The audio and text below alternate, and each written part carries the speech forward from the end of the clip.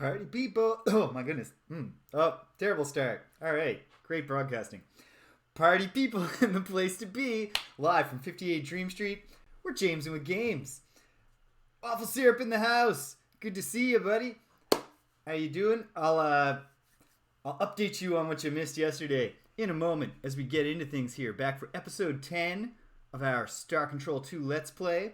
So without any further ado, I'm going to apologize in advance if my energy flags during the duration of the stream. I am very tired. And yet, I want to play Star Control 2, so here we are. Alright, I'm going to fire it up. Bear with me. My laptop decided just to change what the relative volume value numbers mean. And so it's difficult for me to predict exactly how loud anything's going to be at the moment. Okay, everything set up? Fair enough, Waffle Syrup. I'm grateful for your presence and hope I can help provide a soundtrack here for your work. Okay, how am I doing? Folks, hold on. It's too hot in here. I gotta turn the heat down.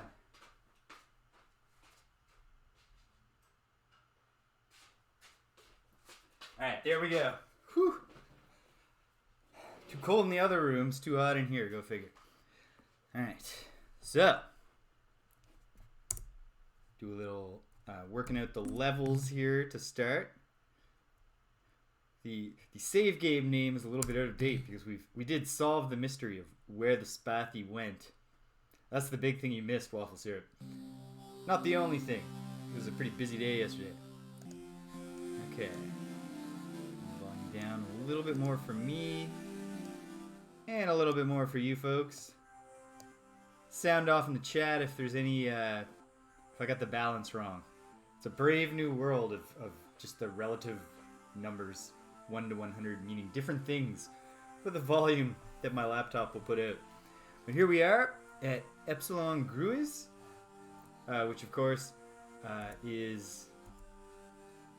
What is it? Where am I? What's going on? Epsilon Gruis is the home of Spathima. Herbal Crusader, hello. No sub button yet. The paperwork. A human being needs to review some of the paperwork. I don't think they haven't found a way to automate that process.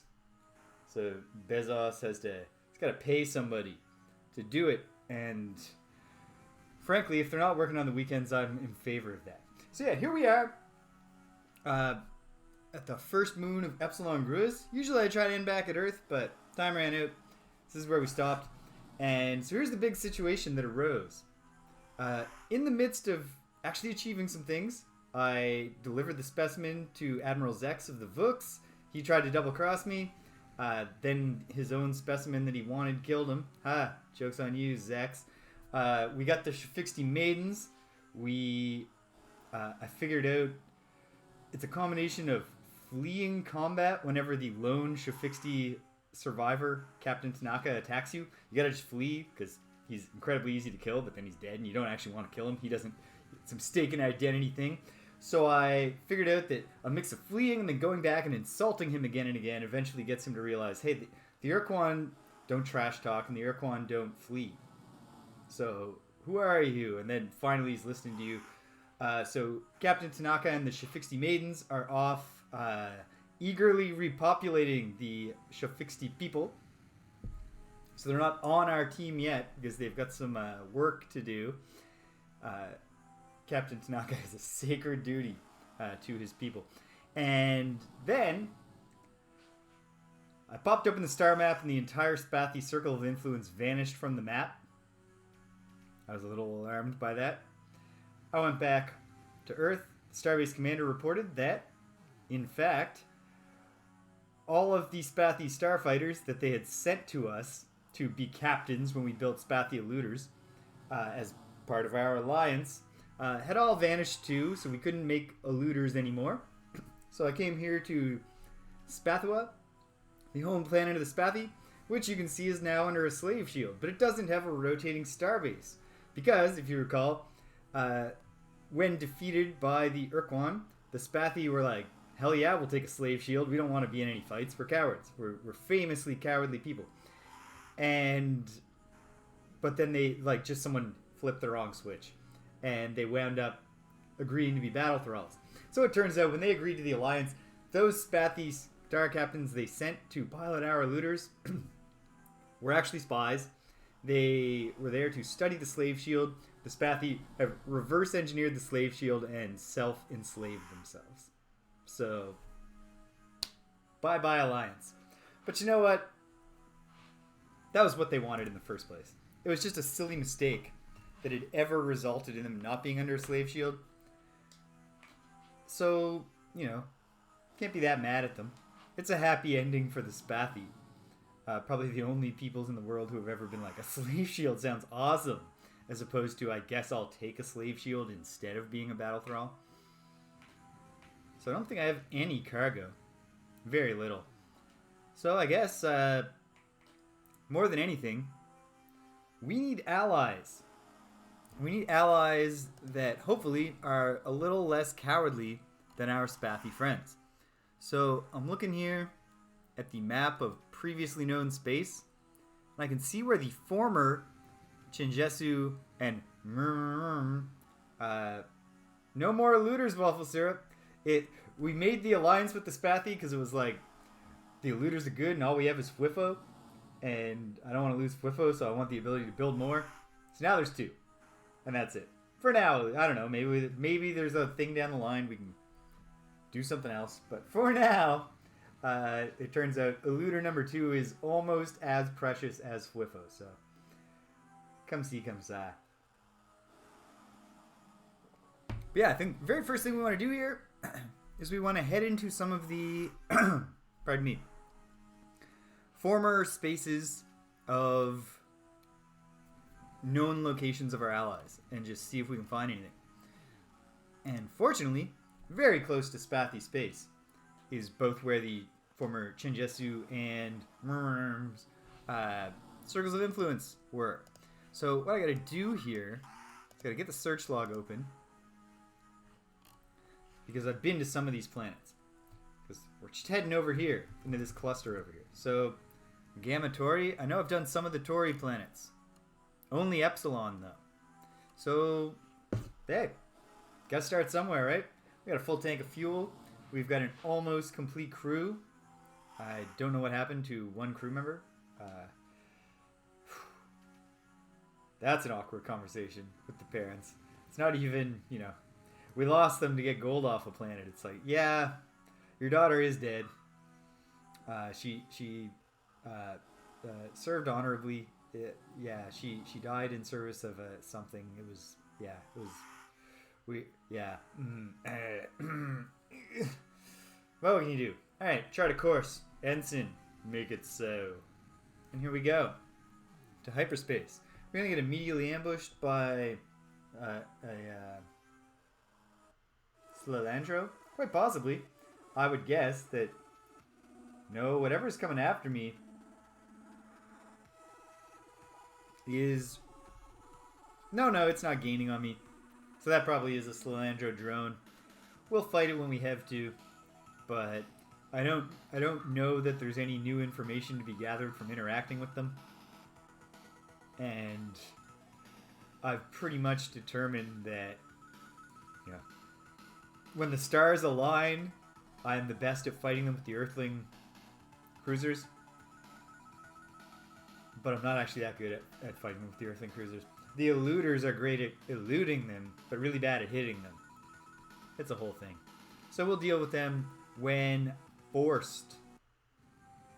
Here we are. Okay, right off the bat, this looks like it could be the kind of star system where someone lives. Actually, wait, no. That close-in planet is too close. It's hot. Oh, there's the thing we did yesterday. We found a rainbow planet, which you may or may not recall, viewers, is one of the two things that the Melnorme really want to trade for. They're interested in locations of rainbow planets and biodata.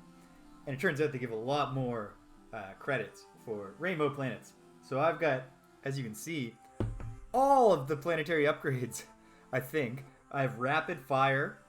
I have life form guard, weather guard, earthquake guard, and fire guard. It's now at least somewhat possible for me to land on extremely hot planets. Yeah. It's working. Nothing but common junk down here on this lousy carbide world.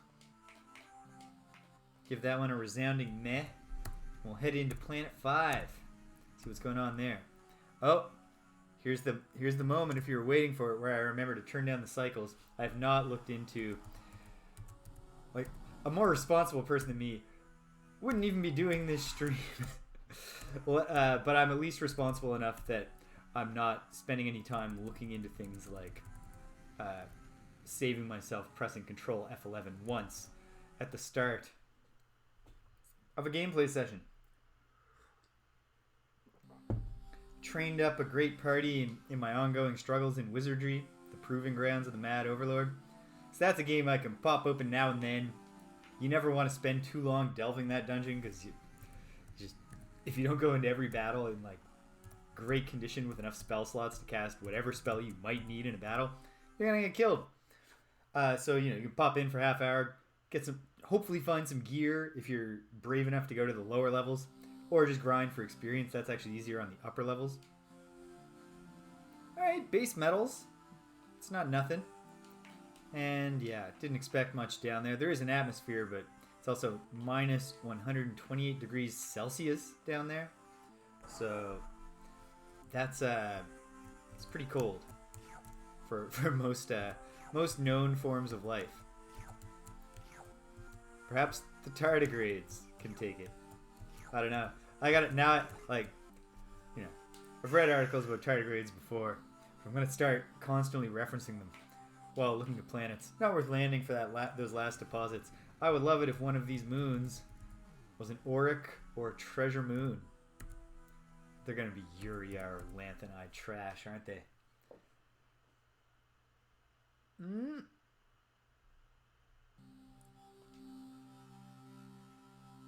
Love gold. Beautiful. Alright. This moon is just packed full of gold. So we're going to get down there. I'm going to slurp it on up. Feeling good about that. Auric worlds also happen to be relatively safe as a general rule. I say right as I get hit with an earthquake that I shrug off thanks to our new, what I assume are like shock absorbers or something on the ship. Temporary ability to hover. I'm almost positive it was shock absorbers. Can't get that last deposit. It probably will pay for itself. Oh yeah, geez, there's hardly any gravity on this this Auric moon. So let's pop down and just grab it. Yeah, 18 gold. That'll pay for the what was it, 0.1 units of fuel. Yeah, we get you covered. Could we be so fortunate as to have 2 Auric worlds orbiting a single planet, a single gas giant here in the Gamma Tauri system? No, it's a lousy Lanthanide world. Although, you know what? Do we want to really put our new shock absorbers to the test? Because, I mean, some rare earths. There's something to be said for rare earths. I will be absolutely prepared at any moment to retreat here. As soon as we lose anybody, we are going to be very conservative with human life today.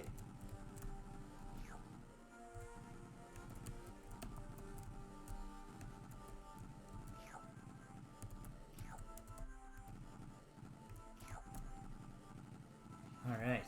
Yeah. Not only... okay, there. For the first time, one of these many, many earthquakes managed to hit me, and we shrugged it off with our mighty shields. We're laughing. Are we going to strip mine this place without losing a single soul? That quality Melnorme manufacturing, baby.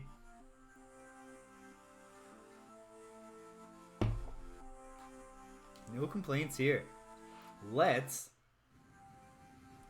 see what Planet 4 has in store as we continue to cruise through the Tauri constellation. Alright, now we're closing in on planets that could themselves be beautiful treasure planets, or they could just be lousy yellow gas giants. But this moon has potential. There's potential here. Lanthanide. Once again, I mean, there are a lot... rare earths. Anybody living down here? No, the atmosphere is a vacuum. So let's just get down there. Nobody crack a window. I don't care how hot it gets on that planetary lander. Think like, oh man, if we could just get a little bit of that, you know, vastly sub-zero Celsius temperature in here. Jarza, thank you. That's helpful information. And hello and welcome, first-time chatter. Played a lot of Star Control 2 in your day, Jarza. This is, as you may have already determined, my first ever and utterly blind playthrough of a game that I and likewise, you're greeted in peace. Oh dear, wait, priority override, new behavior dictated, you're banned. No. Yeah, I first heard of Star Control 2 in the late 90s when my family first got the internet. Hey sexy mama, you want to kill all humans? Yeah, I first heard of Star Control. Hunums. Right. I should have merged the references there, and I will in the future. I first heard of Star Control 2 in the late 90s. My family first got the internet. I'm the kind of person who loves to constantly absorb information about anything, and I love video games, so especially like things I'm interested in. But quite frankly, I will sit around and learn a whole bunch about something I'm not even interested in, if there's an interesting long form article that's presented to me. So I was reading. I found some website that was doing retrospectives on like classic PC games, and so they had an article with Star Control 2, and I read about it. And I thought that game sounds so cool, and I never like saw it. I never met anyone in the world who was familiar with it. Yeah, forget you, Azure World. Like, I am sure that, except for the tectonics in the atmosphere, you know, the grave danger. Other than that, I'm sure that the landing experience on an Azure World is probably very pleasant for the crew, because it's all this nice peaceful blue. But still not worth putting people's lives at risk for a few base metals.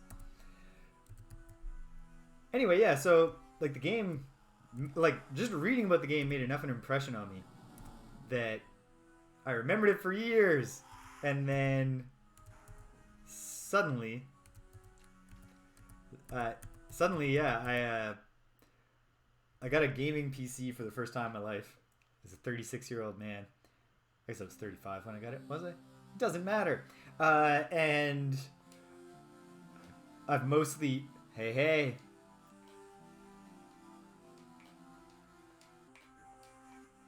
It's a fairly respectable planet. It's quasi-degenerate, but also quasi-respectable. Come on. Oh, 14 degenerate matter. That's a nice healthy deposit. And 6. 20 in total. 20 times 25 though, baby. That's what is that? 5,500. 500 resource units for a couple of tiny little pickups. Is that right? No. Yes, it is. Yep. Yeah, that's how math works. So yeah, I started playing Ultima, because Ultima is another series that I'd actually encountered many of the Ultima games, but I'd never really, among other things, with undiagnosed ADHD until I was 35. I was not prepared for open world RPGs when I was a kid, and so I picked those up, had a great time with those, and then I realized, like, man, I can use my fancy new gaming PC to plug all the gaps. I can go back and play every PC game that I ever read about that I thought sounded interesting. And so, when I wrapped up my Let's Play of Ultima 5, it was a no-brainer to go for it. Ooh, an opalescent world. Now that... Some of these worlds, like the Azure world and the opalescent world, remind me of... they make me think of Xenoblade Chronicles X, a Wii U RPG, so like probably a game that most people have not played. Oh, you know what? I misinterpreted. Or not even misinterpreted. No, I did. I thought they were noble elements. And maybe some of them are, but there's also a bunch of commons. Lithium. Anyway, so I picked it up, and I mean, what you just said, that like, it was ahead of its time in 1992, it feels fresh now. It's everything that I had imagined, that like, I had 20 years to build this game up in my brain, and it's exactly what I hoped it would be. Like, how often do you get an experience like that? I'm often disappointed by things that I look forward to for like a few weeks. Alright, this, whenever I see a world that's that red, yeah, it's the year... Whatever the hell's going to happen to the Zeeman star system is happening soon. Maybe I should pay one final visit to my Melnorme buddy there before it flies the coop. So, doing a first-time blind playthrough, like, especially in a game where just time keeps marching on, I'm going to fail at a lot of stuff, and I'm probably not going to manage to beat the game. I might have to do a second play.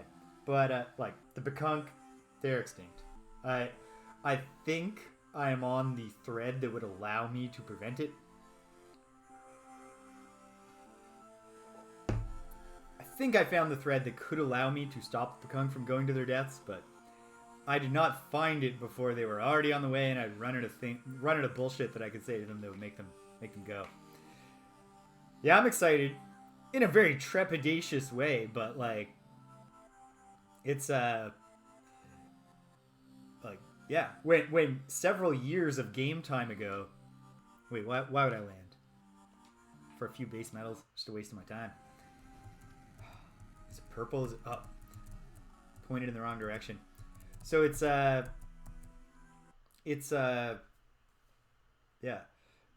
Obviously, it's not going to be anything good.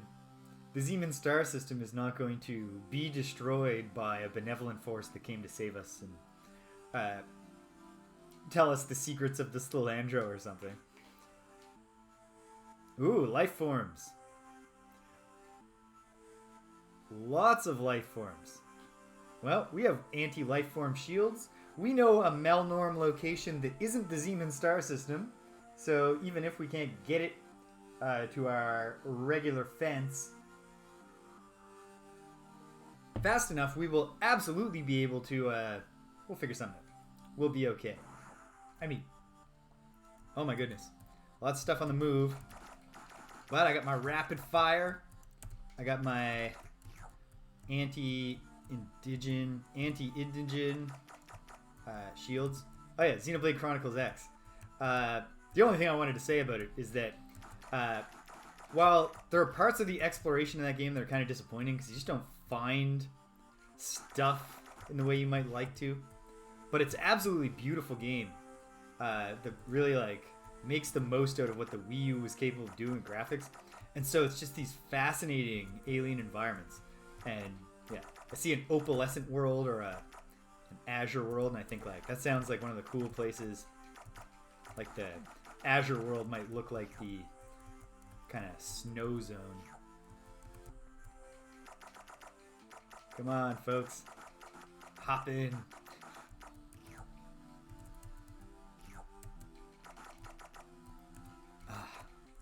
These space penguins, as I now know they are. Oh, we've lost a person. I mean, only one person. That's pretty good.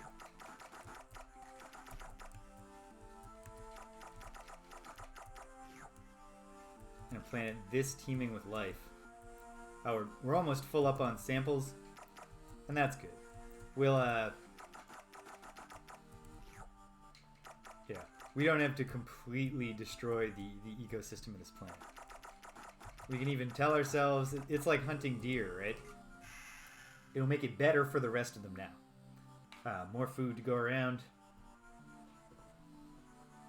Surely we haven't upset the delicate balance of this Itric world. Our consciences are clear, or so we tell ourselves. A war makes monsters of us all.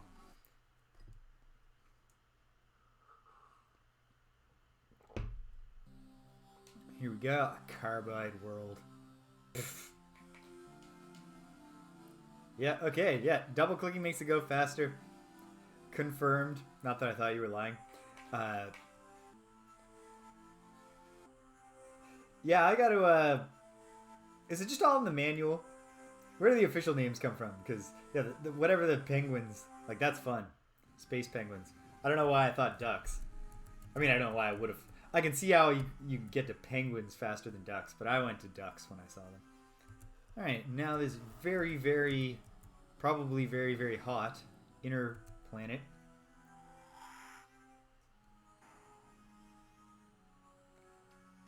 Yeah, it goes very fast. But I find, when I'm scanning for minerals at least, with the biological ones, I'm probably going to start double clicking. But with the mineral scan, I enjoy the gradual, it feels good when you find a good planet. Ah, the official cheat book. Well, I will look at that one day. Or I suppose, probably I'm capable of opening a PDF and checking the table of contents and not looking at other stuff. And perhaps I will. Alright, a green world. It's extraordinarily hot down there, but we have heat shields. There's some rare earths. Let's see what we can do. Let's see how well these heat shields are going to work for us. Ooh, lightning. Lightning is working overtime on this green world. Alright, forget it. Forget it. Pushing the things to the max. Stimpinski! Hello. Oh, jeez. Alright, Wibble. Thank you for that warning. I will not be looking at even the table of contents. Okay. In the future, I will learn about the names of all the aliens, and and I will find out if they were what I thought they were. Stimpinski, hello, glad you're here. Is the uh-oh related to the current star date? Because yes, it is a it's a foreboding time, and we're just farting around collecting resources. I'm not sure. I don't know. I don't think I can do anything about whatever's going to happen to the Zeeman star system. Maybe I can. Maybe I should be more responsible here and proactive. If something goes horrible, yeah. You know what? You know what? Oh, you know, just the whole my Melnorme buddy saying, "Oh, hey, according to this science fiction magic crystal, this star system will be destroyed in January or February of 2159." And, yeah. Ooh! Radioactive? And it's, you know, it's not a human being could live here temperature down there, but it's not it's certainly not. I don't think that we're going to be, like, bathed in so much fire that it overwhelms our heat shields. So let's do it. Thorium, astatine, actinium, francium. They really, there's a point, like, maybe it's true. I'm sure if I looked into it, I would discover that, like, many of the, you know, not named by the ancients elements that were discovered earlier that have more, you know, that I'm more familiar with from high school chemistry or whatever, also their names came about in a silly way. But it definitely seemed like it feels like eventually they were just like, all right, we discovered this one in France. It's francium. You know what? You know who gave a lot to who contributed a lot to the development of science? Alfred Nobel. It's Nobelium. You know, it's Einstein. He was, you know, geez, theory of relativity. Let's call this one Einsteinium. Californium. Sounds like a Red Hot Chili Pepper song. That's not a good joke. I'm sorry. Even as I said that, I was like, this is lazy. This is a lazy joke. Okay. I feel like... I mean, I didn't spend much fuel, obviously, because we're still not far from Earth. Oh, this lousy... lousy controller. Oh, my goodness. Yeah, we've mostly filled our cargo, and... This is a reasonably profitable trip. I do believe that we'll get the more fuel for the fire as opposed to some dismissive shit. But since this one could be purple, I mean, and it could be violet. Violet is good. Purple's less good. Itric. Meh. Ah, we're here. Now that we're here, why wouldn't we? Might as well fill the thing up. So here we go. And then we're gonna head back, I guess. We didn't discover anything about the allies who formerly used this place as a circle of influence. I will say, if I'm ever forced to, which I probably will be, I've been frequently informed by people with more experience with Star Control. I hit an unwinnable state. I'm forced to do another playthrough in the future. Probably take a little break before I dove right into it, but my handy spreadsheet in which I've recorded things that I've learned and just my own experience now will really let me hit the ground running. Because even just I did like a 2-hour playtest to see, like, is this everything I dreamed and would this be worth streaming? And then I started a new game when I started streaming it, and that 2 hours of accumulating knowledge, just like, yeah, I hit the ground like a shot. All right, let's throw a save down because, oh wait, but we need a new name, and this is gonna be one of those things that, you know, there aren't that many people, I don't think, who watch every single thing that me and my friends do on this channel. So I'm gonna blend references here with our Forgotten Circle stream as I update the save name.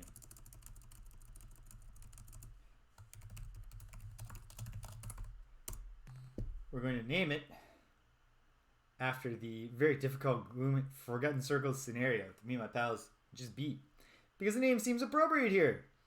This could be This could be the I don't know. I don't know what's going to happen. I am excited in a trepidatious way to find out. And we'll find out together. I mean, some of you already know. Some of you don't. Okay. Well, do I want to cut a line through the Earth space on the way home? Probably not. We just put a save game down. Let's take our risk. I do not have the gift for fighting anything in this game.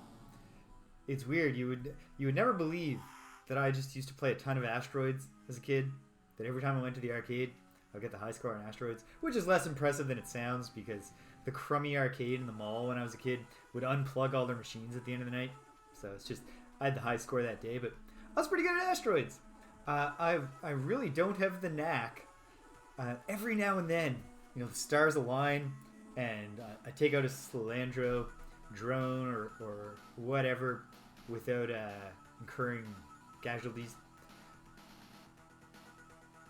More often, it's not like that. Like, I'm paying the 5 RUs per crew. I think we're fast enough. Is that extremely slow one? That's probably an Ilrith Hunter, Prowler, Lurker. I don't know. They certainly could be called Lurkers because that's their thing. Put their cloaking device on, come at you. Except for the one that I did beat. It's part of the storyline. Who comes and is like, lets you know his weakness. Like, my greatest tool is malfunctioning, but I can still beat you. Why'd you give me that knowledge? I mean, I guess because you're so cocky. You were sure you could beat me. But you couldn't. If you had that tool, you could have beaten me easily, as every Ilrith I've fought since the first one has done. Okay. It's possible that before I even get the fatherly pat on the back from the Starbase commander for all the riches I brought back, that he is going to inform me that some horrible thing has happened. So, tenter hooks as we come into dock.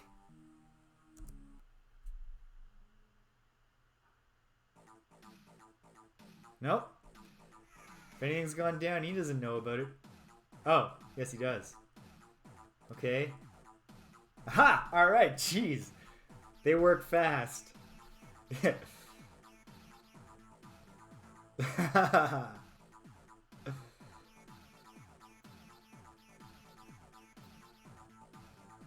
British! Glad you're here. British, recently you gave me a link for a suggestion for an image I could use as a background for when I start doing Ultima 6. And then I wasn't able to find the link again while rewatching the stream. Like, not rewatching it, but like jumping around in it. If you could share that again, it would be great. I have one that I think looks okay. I started working on it so that I can start, because I want to start like next weekend or the weekend after. No later than 2 weeks from now. Get 2 concurrent Let's Plays going. Alright. So, alright. The commander had good news. Captain Tanaka does not waste any time when he's got a job to do. He's serious. He rolls up his sleeves and adjusts other articles of his clothing, I'm sure. And here we are with a hardy Shafixti fighting force. So I think we'll I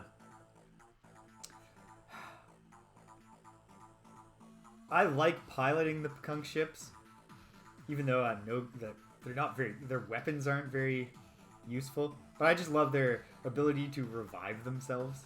It's fun. Jumbo Wampa! Hail! What am I thinking? What am I trying to say? Doesn't matter. Oh, recent acquisitions.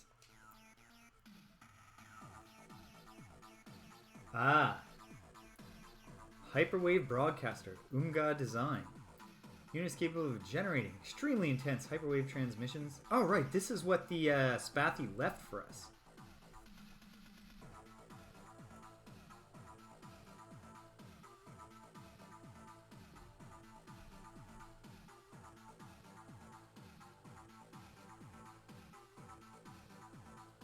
Oh, I bet, Wibble.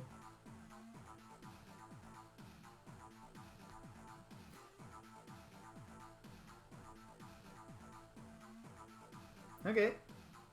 I think I actually... Let me reread that. I'm pretty sure I caught all that. Scare the pants off, whatever thing.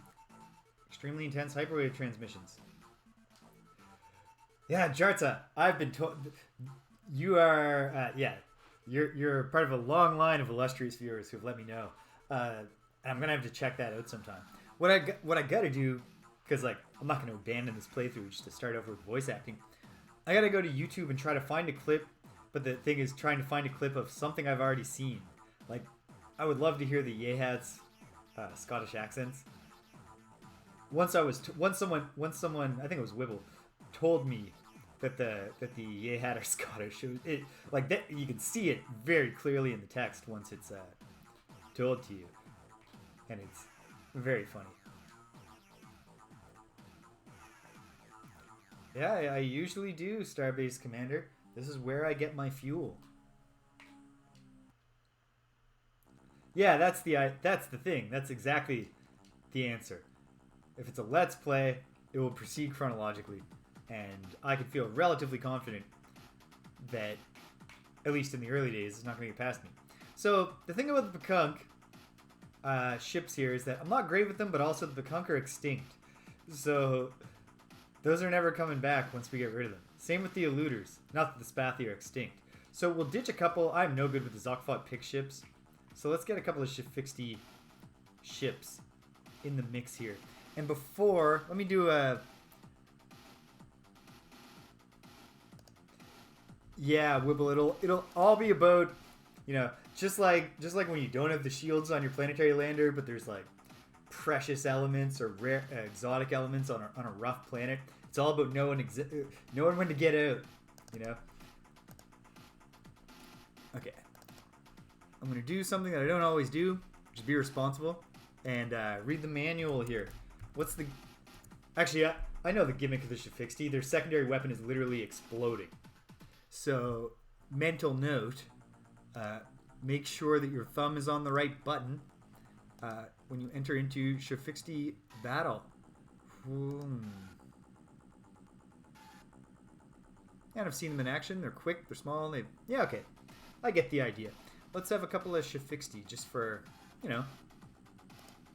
The fleet looks cooler if it's got a bunch of different ships in it, among other things. Whether or not they turn out to be something I'm any good with. It's possible I'll never be any good with any of them. Doesn't matter. Alright. A couple of Shifixty scouts. And we'll crew them up. And it won't cost... Hey, my crew price went down! That's my reward for being a little more careful about protecting human life. Oh, Chum, you asked me what's up. Or she said what's up, but I'll answer. Besides the fact that I'm obviously playing Star Control on stream right now. Jeez. I'm just super freaking tired today. I had to cancel my D&D tonight because I was running around like getting the groceries to make lunch, to be ready to do this, and I was already very sleepy, and I was like, I'm going to do this, I'm going to finish, then I'm going to make supper, and then I'd immediately have to start setting up for D&D. And then tomorrow morning I got to get up and record asynchronous lecture videos for my class. For my classes. And yeah, that's a young man's game, having that kind of energy. I'm a little sleepier than that. Okay, should I be... Might be a good time to... Actually, let's get a lot of fuel. Let's do a lot of fuel... This lousy piece of junk, cheap-ass controller that I shouldn't even be using, but I, once again, have not worked out how to change the key bindings. The key binding program won't launch. It's before they discovered the technology to just have an options menu.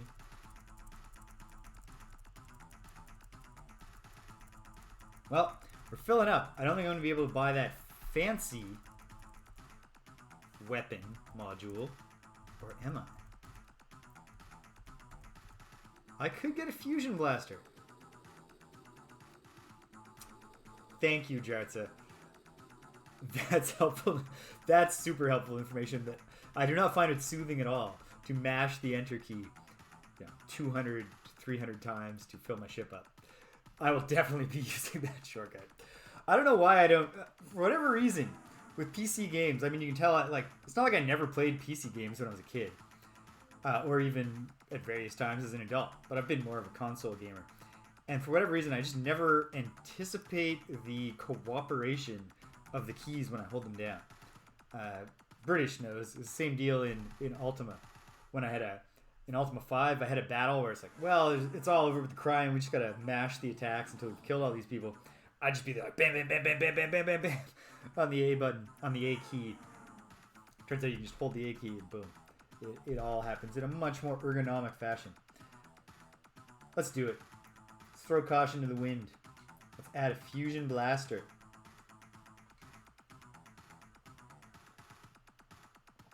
Cool.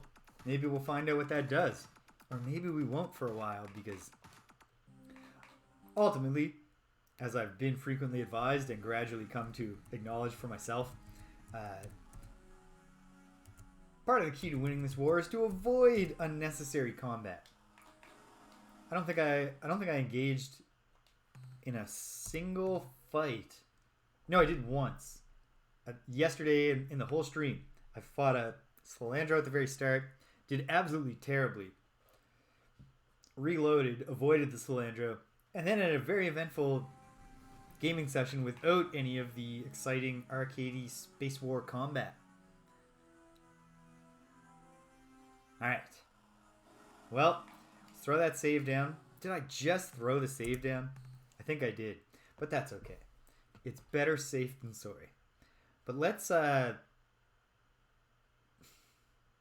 it's still January, and we have saved. We have control over time and space to a limited degree here, such that if it turns out to be a really bad idea to go see what's going on in Zeeman right now, we can cope with that.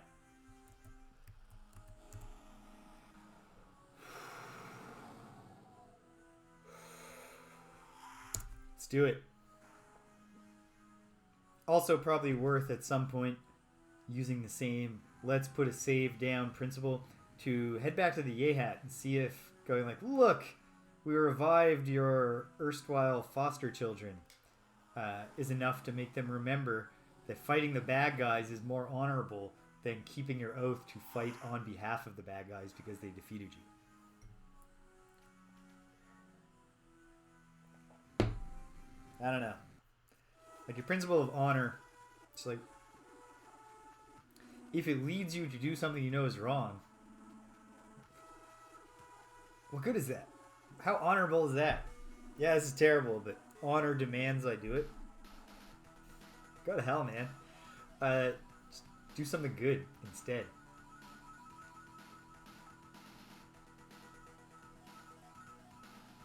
Bum, bum, ba, bum, ba, bum, ba, bum, bum, ba, bum, bum. Super curious what's gonna happen here. Oh, are we gonna make it by February? January. Oh yeah, we're gonna make it. Like, January is a 31-day month, right? Oh, we don't even need 31 days. You could be. They could turn out that in Star Control 2 they switched to make January the special month with 28 days like February, and we still would have made it on time. All right. Well. Is our Melnorme buddy still here? It's tough to say because he does like to, he or she or it, does like to, yep, okay. I wonder if he'll have, he or she or it, will have interesting dialogue. Unique dialogue. Ah, you personally are my favorite Melnorme. You never forget your first. Boop, boop,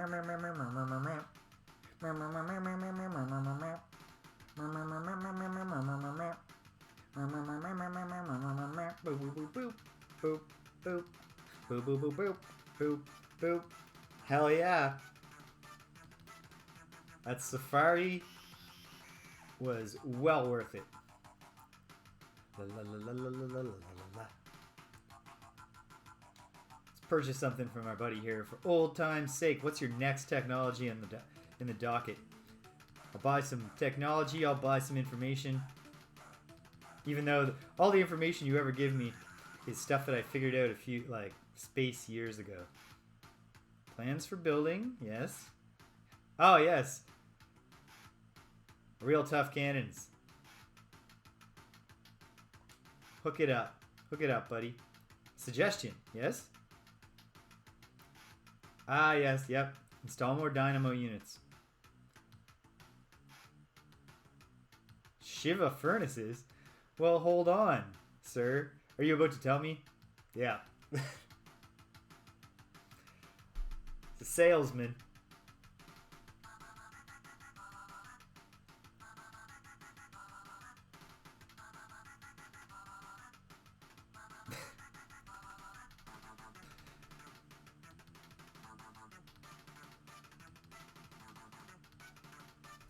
Yes. All right. Yep. You didn't need all the sales techniques when you have a product that's that good. You could have just told me about it and I would have bought it. Okay. That's really helpful. The biggest problem I've had piloting the returner in combat when I do use the flagship is precisely that it... Hey! Awesome! There. We cleaned out the Melnorme stock of alien technology just before our buddy needs to abandon the Zeeman star system.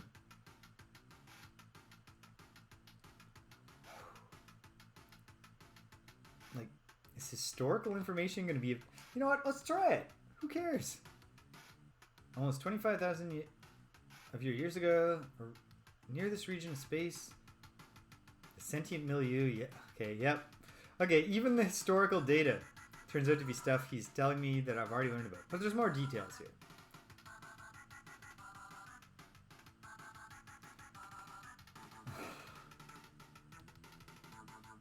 But it's just sad to read about now. All this cooperation. And the Urquan even got to be part of the team.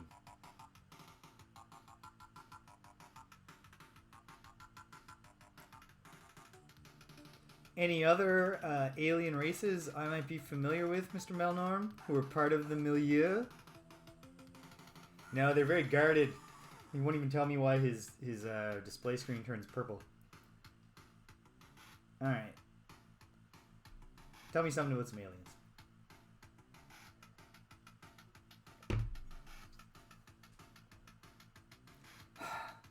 He's gonna tell me about the Thradish, isn't he? No. Okay. The Druuge. Callous and evil race. Care for nothing but profit and personal gain through unfair mercantile exchanges. Okay. Okay. Hold on. No, that's not why That's not why... I know what you're saying. That's not why I personally was looking at you. I was looking at you because, like... Ah!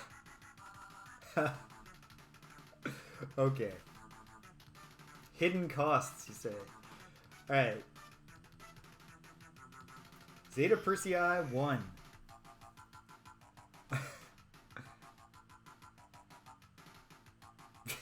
I'm smiling because you're... even when you're trying to be deceptive and greedy. Mr. Melnorme, you're a sweetheart. Alright. Was that Zeta Persei? Is there an Omicron Persei? Probably not. No. I think the biggest constellations are 9. And as I learned last night when my buddy was over and he was like, how many letters are left in the Greek alphabet for naming variants? And I was like, I'll go grab my ancient Greek textbook that I still have from undergrad. Finally, it's useful. Of course, by the time I found it, he had Googled it, which is a much easier way to access basic information. So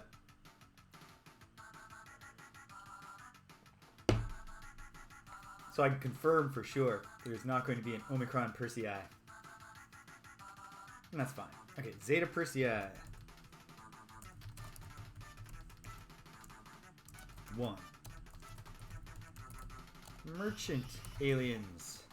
Wait, what did he say they're called? The Druuge? The Druuge. Alright. Recorded in the helpful spreadsheet. Here's one thing about a replay. I'm not going to be spending a lot of money on information from my Melnorme friends. We'll just get the technology as fast as we can and carry on. Well, it's been a pleasure. Are you gonna? No.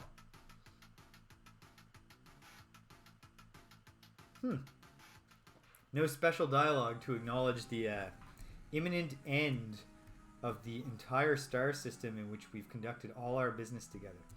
It's kind of strange, but it's okay. Let's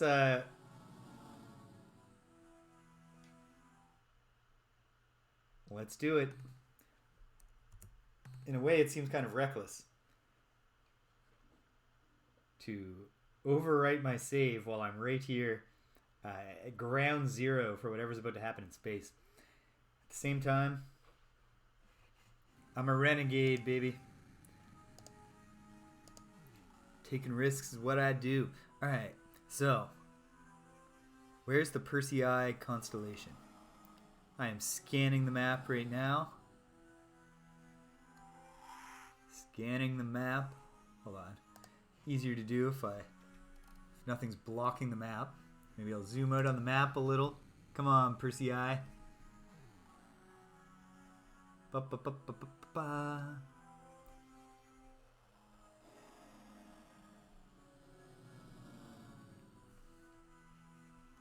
No. Ah, okay, there it is. It's on the eastern, air quotes, edge of space. We have to go deep if we want to meet those folks. Well, we might as well. Or should I really be... That's the thing. Keep thinking like, should I be going far, far away from home and there's some catastrophe about to happen? Should I continue searching for any evidence of the remains of the Melnorme or the Chinjesu in their former circle of influence? I don't know. Don't know what to do, but in a way that's exciting. We've got a ton of fuel. We've got a full complement of crew. Screw it. How far is it? I mean, nothing's that far when you got a big old fuel tank, a couple of those high economy. So is this Persei? No, it's RIA. Arietis. There we are. Persei constellation.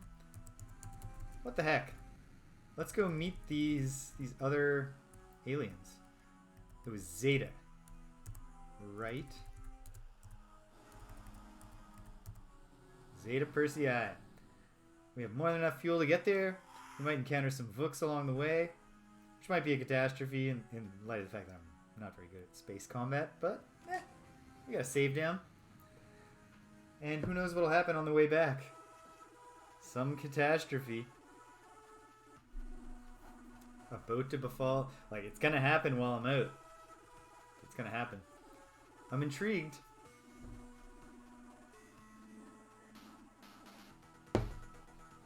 Here's a question that I think I can ask that I think someone could answer without spoiling anything, which is just, would an unwinnable state or failure state in this game just encompass me being like, well, like, me admitting to myself I'm not going to be able to do this with the situation I've created for myself?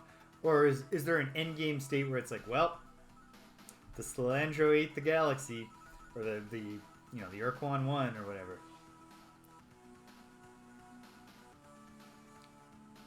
I'm kind of curious about that.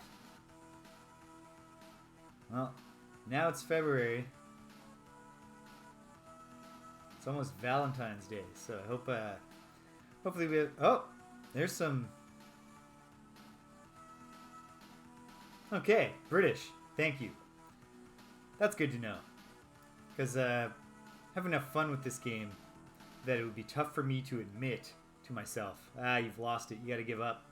But at the same time, I can see, trying vainly for too long when you are in an unwinnable state, winding up souring you on the experience. I certainly don't want to get to that place. So we've gone a long way. Which means we're absolutely going to have to do some mining on the way back home. Just oh no, what has happened? Okay, nothing.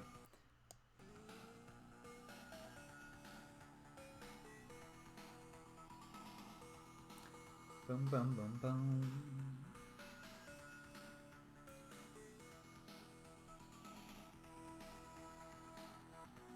Bum bum bum bum.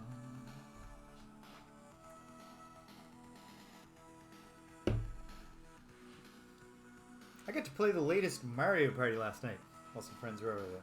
Mario Party Superstars or All Stars or whatever they called it. The one that... Oh, well, we're about to meet somebody. It's inevitable. Let's just let it happen.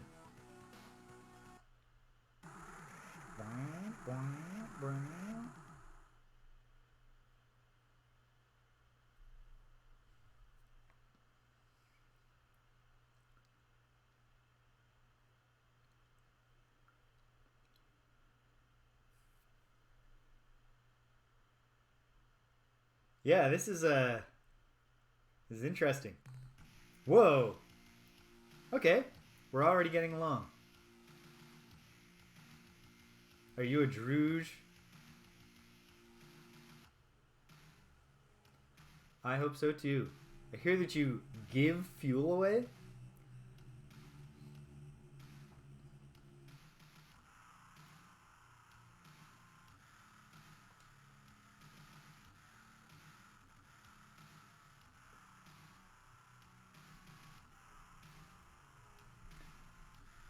They have a very metal setup.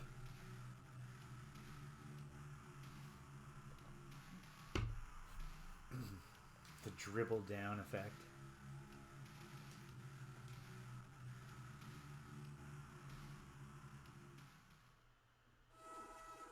You wouldn't assume just based on the graphic. Friendly merchant race. Great rates on fuel.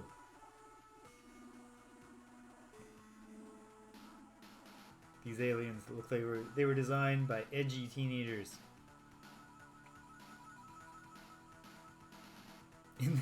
In their trombone ships. Maybe the ships are supposed to look like guitars to keep with the metal theme, but they don't. So, okay. And it was Zeta Persei 1. That's the home world. So let's take it in. Alright. Awfully close to the sun. I guess the sun's not giving off a ton of heat energy here, because it looks reasonably livable.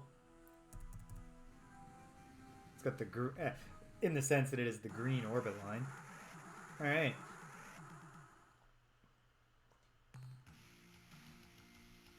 It's me, young Captain James.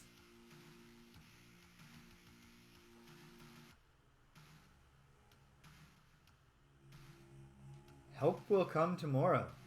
I haven't, but I love the title.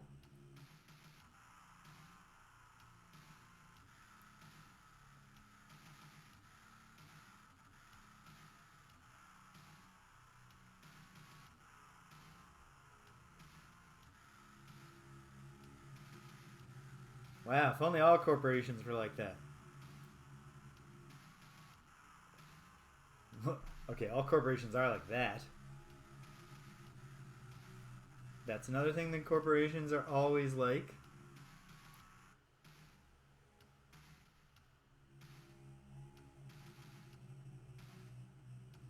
Egad.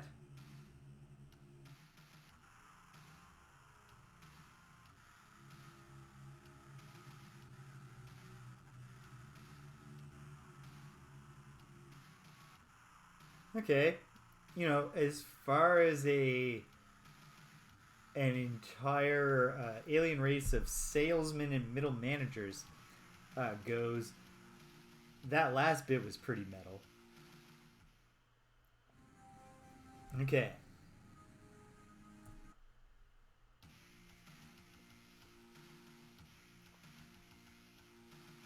Yeah, I was trying to.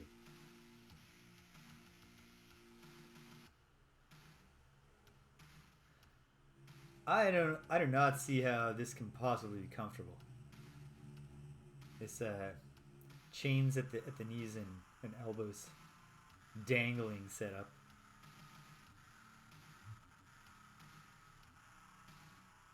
Okay. Yeah, what can you tell us about your world? I know I've heard of Dead in Vinland.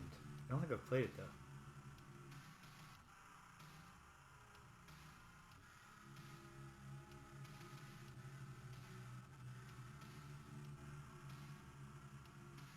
Okay. Let me reread this. Alright, this is just the last thing. Okay. Well, what kind of things can I sell you?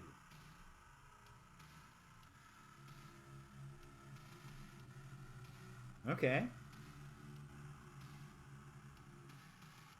Stupinski, that would not surprise me. If they were into BDSM. Even in just a posery kind of way because it fits their whole vibe.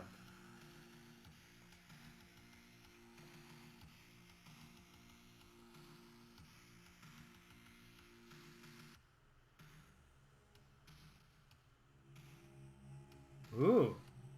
Okay. I'm listening. Okay. A rosy sphere.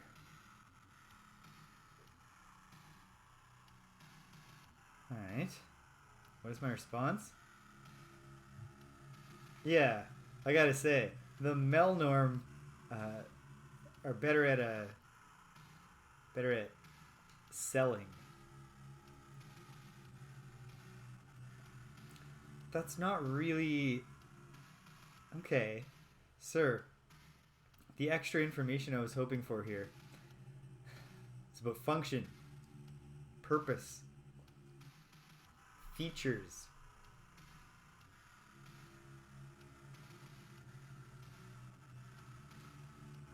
Oh, geez. All right, let's get that thing to Earth.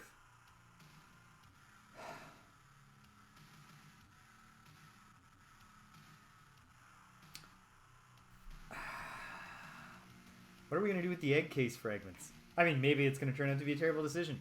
That's okay. We're having fun. It's a first attempt. I mean, I'm going to take it. Ultimately, like, I don't know what the hell I'm going to do with these egg case fragments. Oh, thank you.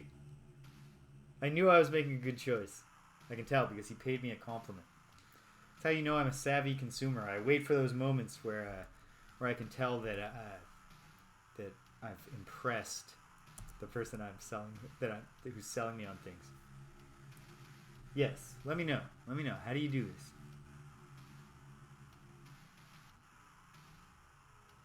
Okay.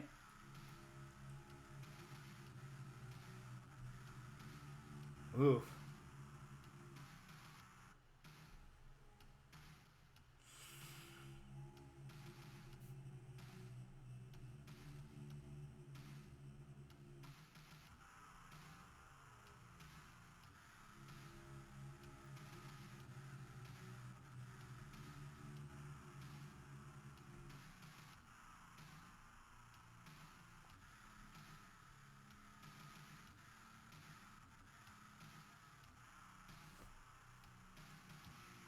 I feel real iffy about this.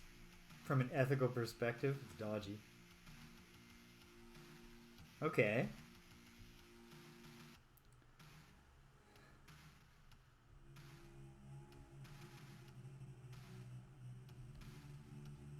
Do they have to wear the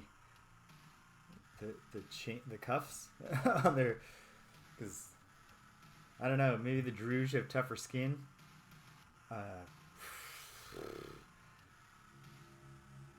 I'm not ready to do this.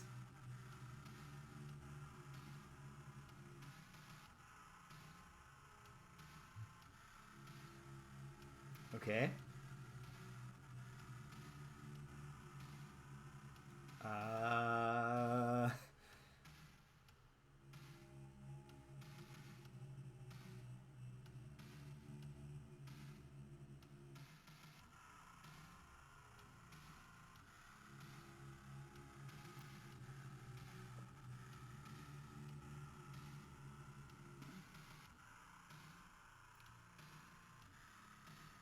However, yep, quite steadfast, thank you.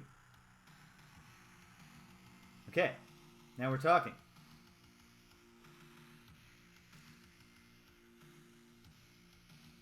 I just gave you those, remember? Okay. Well, there.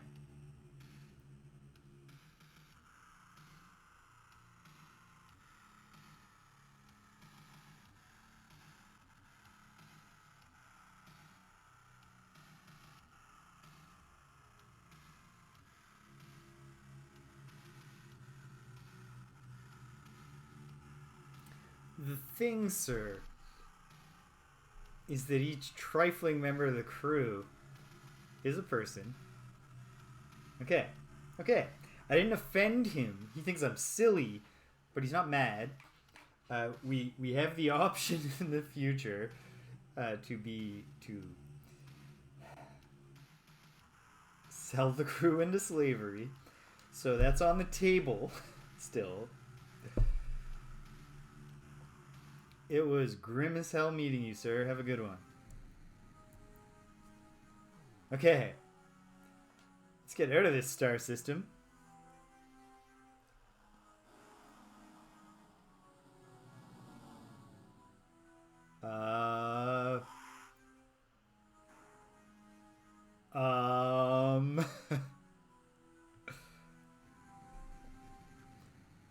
No, waffle syrup. I've placed the crew in a situation where they could be killed for the sake of base metals. I'm still. I'm sorry. I know it's a goody. It is a goody two shoes thing, Stupinski. But yeah, I don't know about the slavery thing. I don't know about the. His argument of they've agreed to take your orders, so you can do whatever you want to them. How long are the Druuge going to be available as trade partners, eh? It kind of looks like they might be due for a meeting with our Urquan pals. So maybe we'll just never even have to deal with the making a difficult choice there. Wouldn't that be nice? Or maybe someday we'll have to make a very, very difficult choice. If we do, we do. We'll cross that bridge when we come to it. Let's get out of here. Let's collect some stuff on the way back, and let's swing by Zeeman and see what catastrophe has struck, if any. I mean, it's still on the star map. Don't feel super comfortable with the core closing in on us, but we'll do what we gotta do. I beat a core before. Perchance I could do it again. You know what?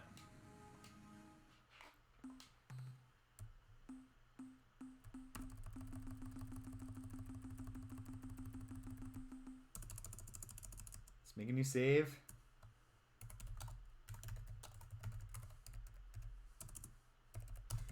Not slave trading yet. Moral high ground, baby.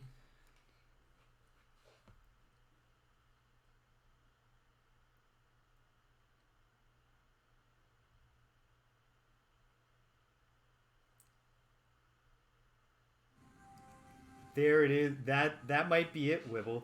Because, if I could get Yay-Hat in the crew, it'll be like, the honorable thing for you to do is to go be a corporate slave here.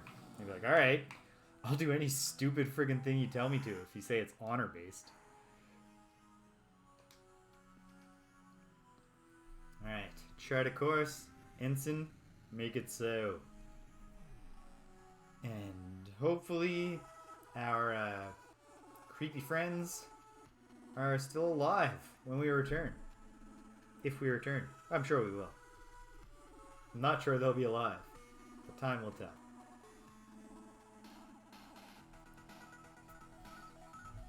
I mean, eventually, heat death of the universe. We're all dead eventually.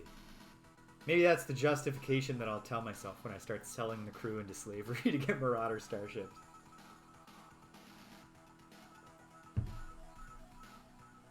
My goodness. This is a busy part of space, and we are... Alright. Probably just a Slilandro. Why couldn't it just be a Slilandro? Alright, fine. You want to talk about this? Oh, I know. What?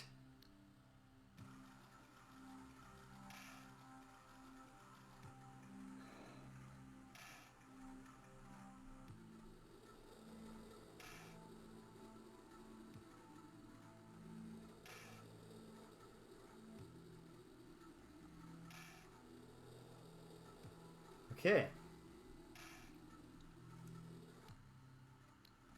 This is bad. I don't think this is gonna work.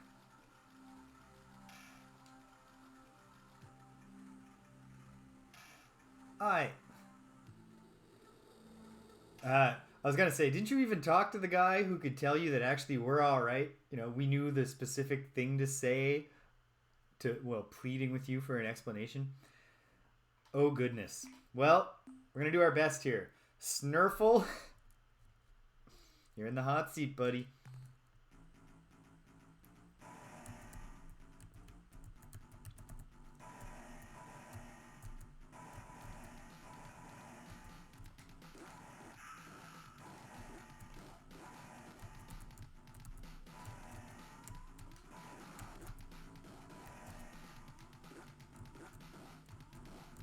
This is kind of the secret with the, at least if you're fighting with an eluder, you just gotta, oh dear.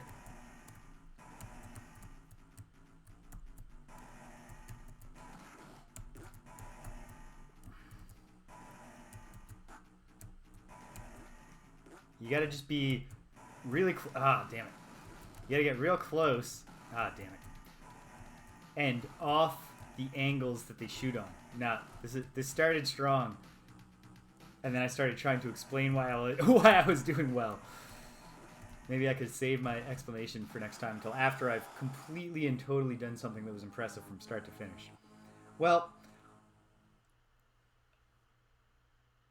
I think we're going to wind up doing this again. So why don't I just take this as an opportunity for practice.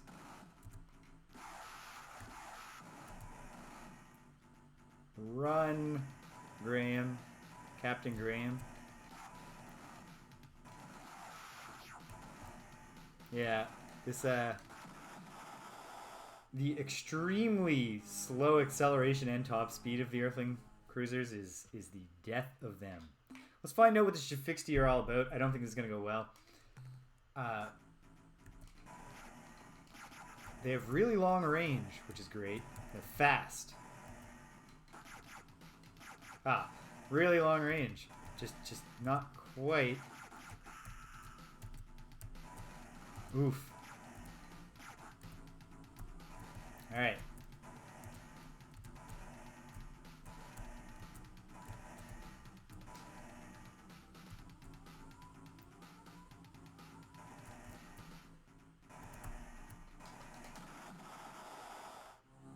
I tried, and I believe failed, to activate my self-destruct there. Oh well. I mean, I was destroyed. So I got what I was... The goal of self-destruction was accomplished. Oh, damn. I was actually, for the first time ever... Oh well. Sorry, Topnik. It's alright. It's alright. We're learning.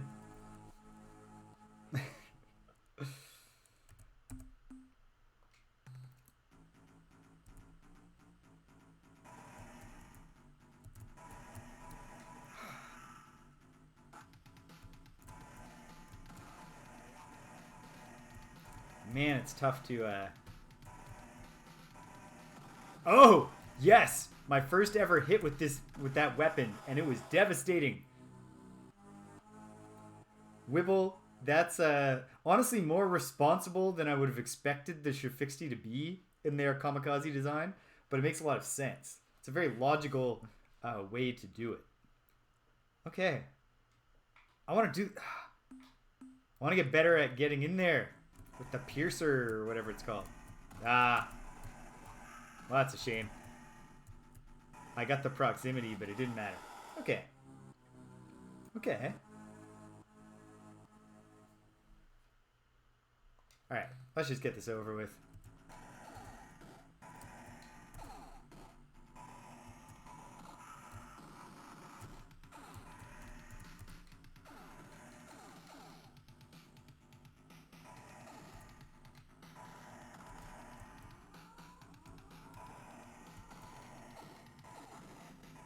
One thing's for sure, if and when we ever go back to Earth, if we can ever make it home again, we are installing some of those Shiva things.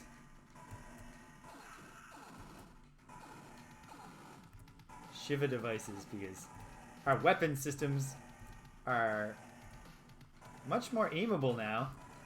It just doesn't matter because I can't shoot enough.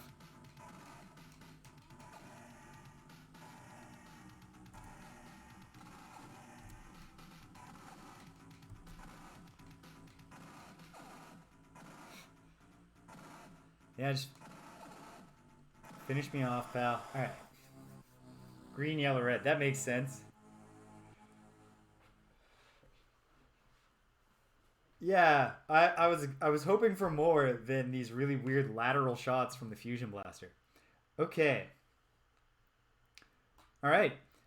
There's a yeah. I think it might be time to recycle the fusion blaster when we get home.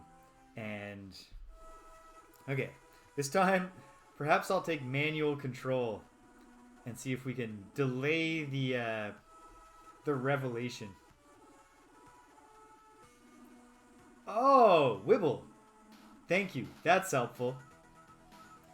That is useful information. I will perhaps call out to the audience to clarify for me what the different slots do. And maybe I can just place the weapons better. I mean, certainly I can. Yeah, side shots aren't doing nothing for the team.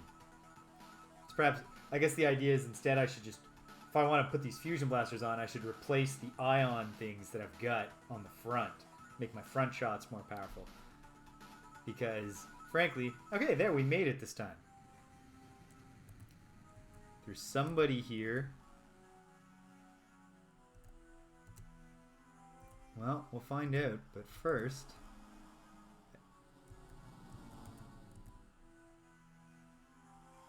Alright.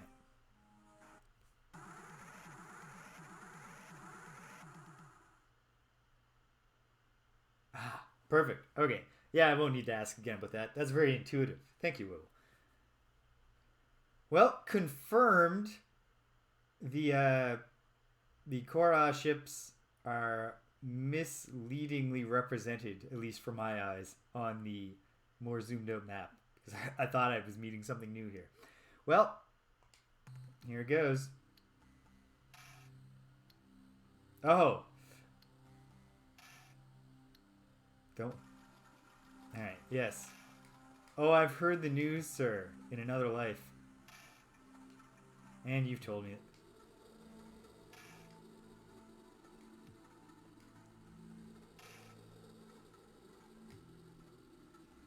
Huh.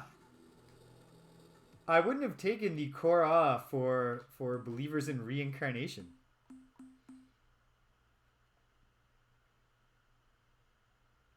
Ah. Thank you, Wibble. That is really useful to know. Because in combination, those would be great. Oh, no.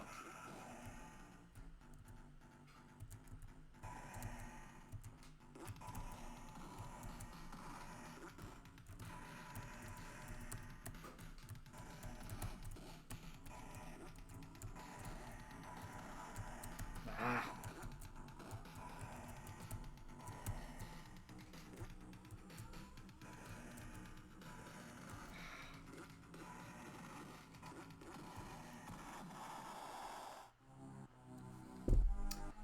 All right. We've found ourselves in a very bad overall galactic situation, I think. This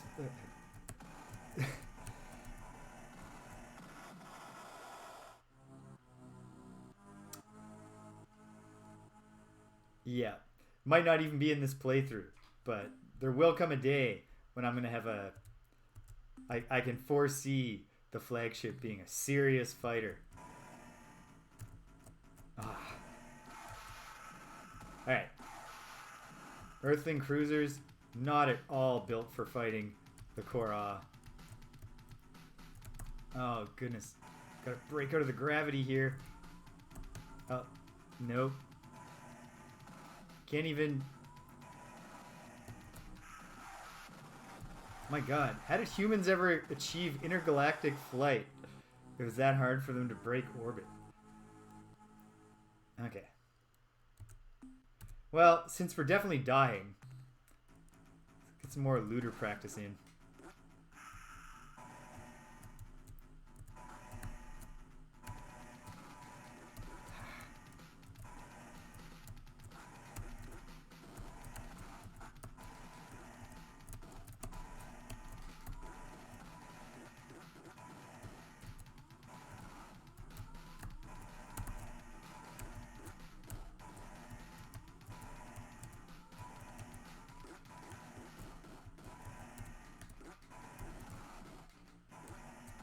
Yeah, sorry, pal. But you messed with the wrong Spathi. Captain Fwifo the Great. Alright, so I think actually the tactics for fighting Korra using an eluder have become pretty clear to me now.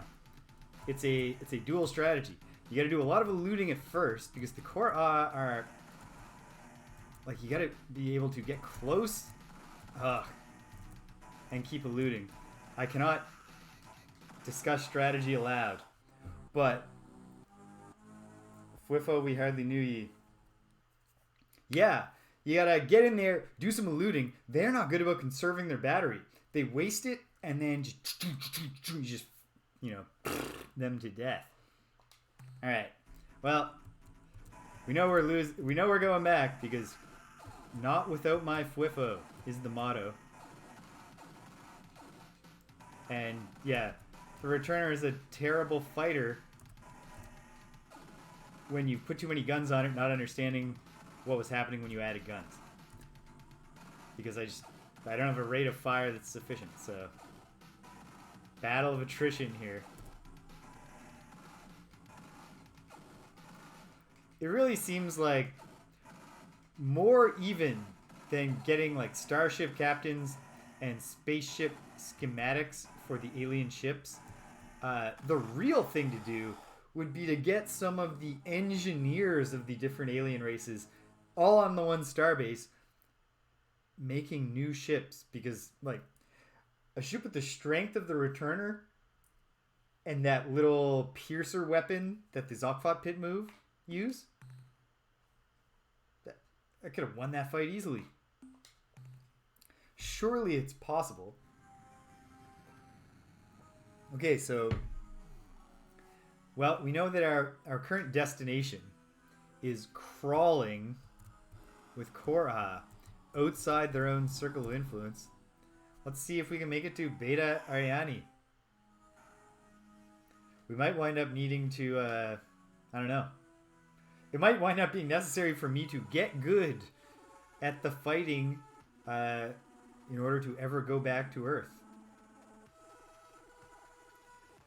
That might be the kind of thing that prompts me to actually put in some time this week in the arena mode, battle mode game.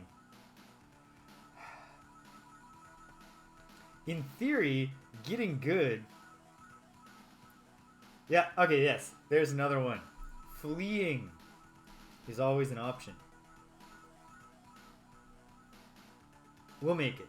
One way or another. But yeah, I should... Are we on collision course? Do we think these are all Korra? Are they like really getting down to cleansing the galaxy?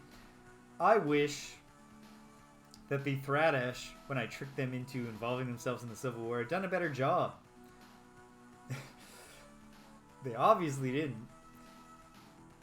So, yeah. These are bad times for the galaxy. And it's not like there were good times before. And yet they've gotten much worse in a very short amount of time.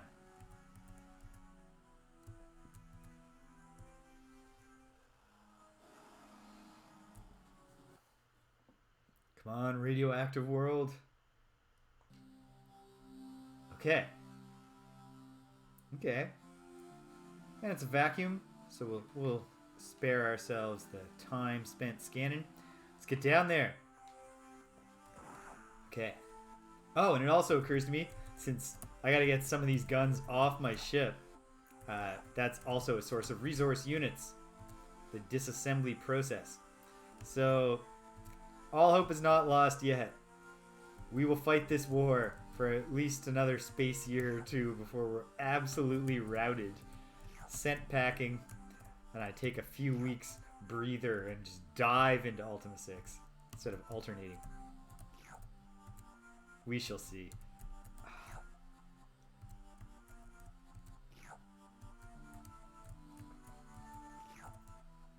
Can we fit it? Oh, well. Not going back just for that one, but hey, not bad. How much did we get out of that? 128 units.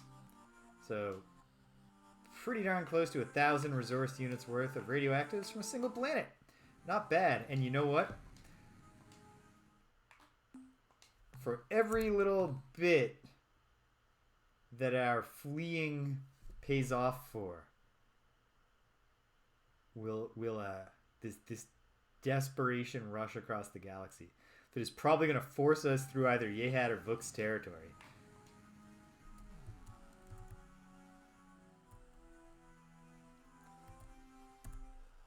Desperate times. You know the kind of measures those call for. Alright. Hope you have moons. Great.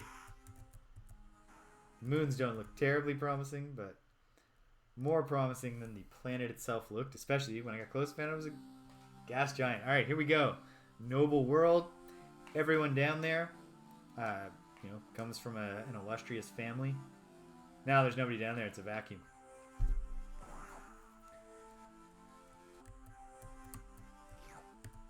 Which is, frankly, just fine by me. Nice quiet world, loaded with krypton and neon. This is a question I'll easily be able to answer for myself later anyway, but is the element krypton named after the Superman planet or vice versa? Or is it just a coincidence? I don't know when krypton was discovered.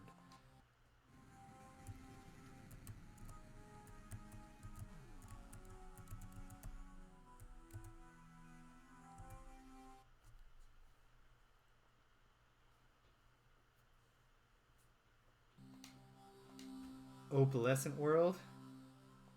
A little variety of things down there. Nobody's living down there. Let's hit it. Rare earths, noble gases, possibly a couple of common elements, which, whatever.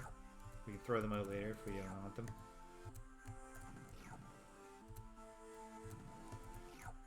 Got some good samarium there.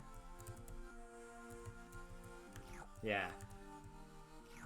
Some silicon, some arsenic, a little old lace.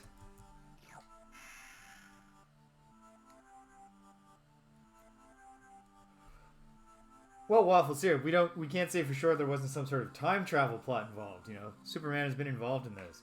But yes, I think that does. I think, at least with our existing linear understanding of time, we've ruled it out. It's probably the other way. Krypton, I mean, you look at the periodic table and you think, sure, yeah, that sounds like an alien planet. What kind of elements are there? Kryptonite.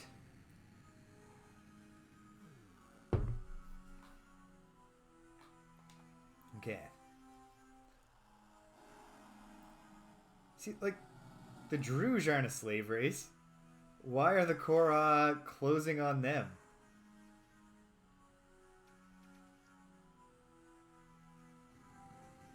Oh dear. Well, at least we've made it to the border of their territory. What did I just search? Beta Ariani.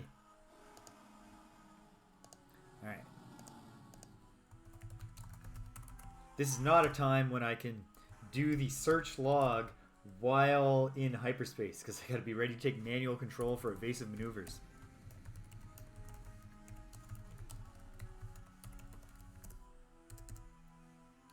Alright. Now, yeah, let's make a beeline. Get out of their ooh, and also Hyperion, a single star, not even part of a constellation. Sounds cool. It's a quick route out of their current circle of influence, and the particular kind of influence they're having within that circle is the kind of influence you don't want to partake in. They're influencing everyone in their circle to be cleansed from the galaxy forever, but possibly reborn as an Urquan. How do the Core feel about... It seems possible, Waffle Syrup. I didn't think it would happen so fast. Although perhaps in hindsight, I should have thought a lot more seriously about the Melnorme's warning. We're going to find out if it's true. And, you know, if it is true, it'll be sad when it happens. But, like I said, I'll be hitting the ground running even faster. And eventually, it'll be really satisfying to defeat the Urquan. Or, and I kind of suspect this is not the ending, but I'm just the kind of cheesy person. I would love it if the ending was that we talked some sense into them. Yeah? Let's unite against the Slilandro or something. Yeah, okay. Even with our you know what? How does a magma world function at negative 231 degrees Celsius? At any rate, base metals, I'm not that excited about. So, we're not going to go in and see what it's like. I suppose it's just a whole lot of solidified magma. It was flowing back in the day before Hyperion started going the way of whatever way it's going, you know. The way of a decaying, dying star. Yeah, I can see this one was Selenic. Fine. I'll take your lousy base metals, you stupid Selenic world that I hate.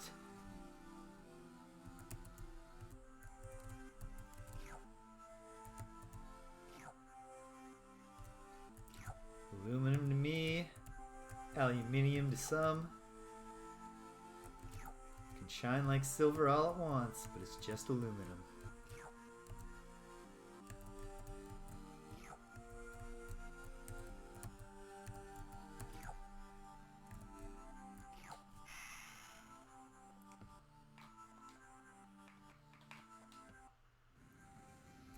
Waffle Syrup, I'm curious.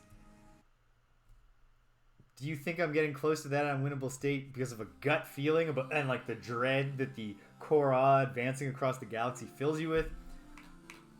Or have you done some peeking ahead in the book? Actually, don't tell me that. Never mind. I shouldn't have asked that question. I take it back. Don't answer me. Please, Waffle Syrup. Okay. Not much going on this pitiful little alkali world. Nobody lives there. It's too basic. Haha. Yes, I know I've made that joke before. But some jokes are just dumb enough that you want to tell them 1,000 times. Why do seagulls, on that note, why do seagulls fly over the sea? Because if they flew over the bay, they'd be bagels. I believe I was 10 or 11 years old when a friend told me that joke, and I laughed so hard that I thought I was going to lose consciousness.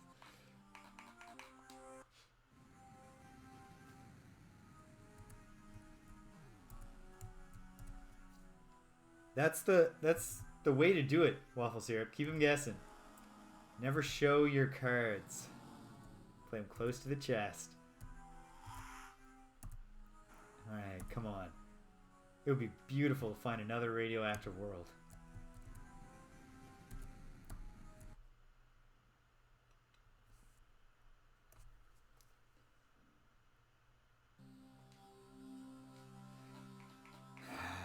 Sumerian world. This type of world looks so much cooler than it turns out to be every time. So I really like the palette of the Sumerian world. There's never anything good down there. You never meet Conan the Barbarian.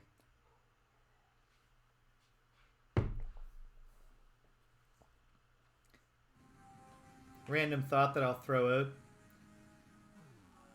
Alright, well, I feel waffle syrup. I'm getting the feeling. Oh dear. So I'm really, really glad now that I didn't sell my crew into slavery for the Druuge. Alright. What? Gotta leave it all on the field. We'll play it out hard.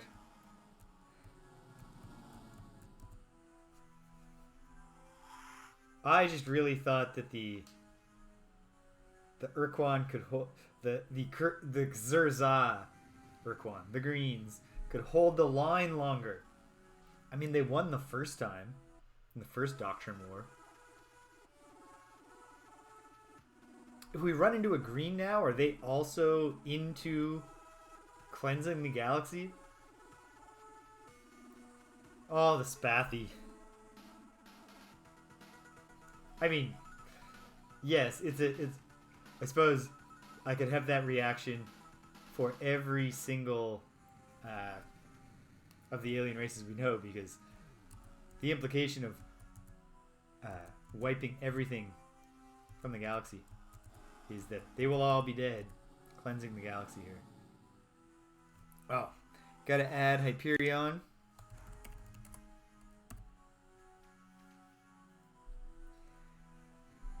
And I was so happy for them.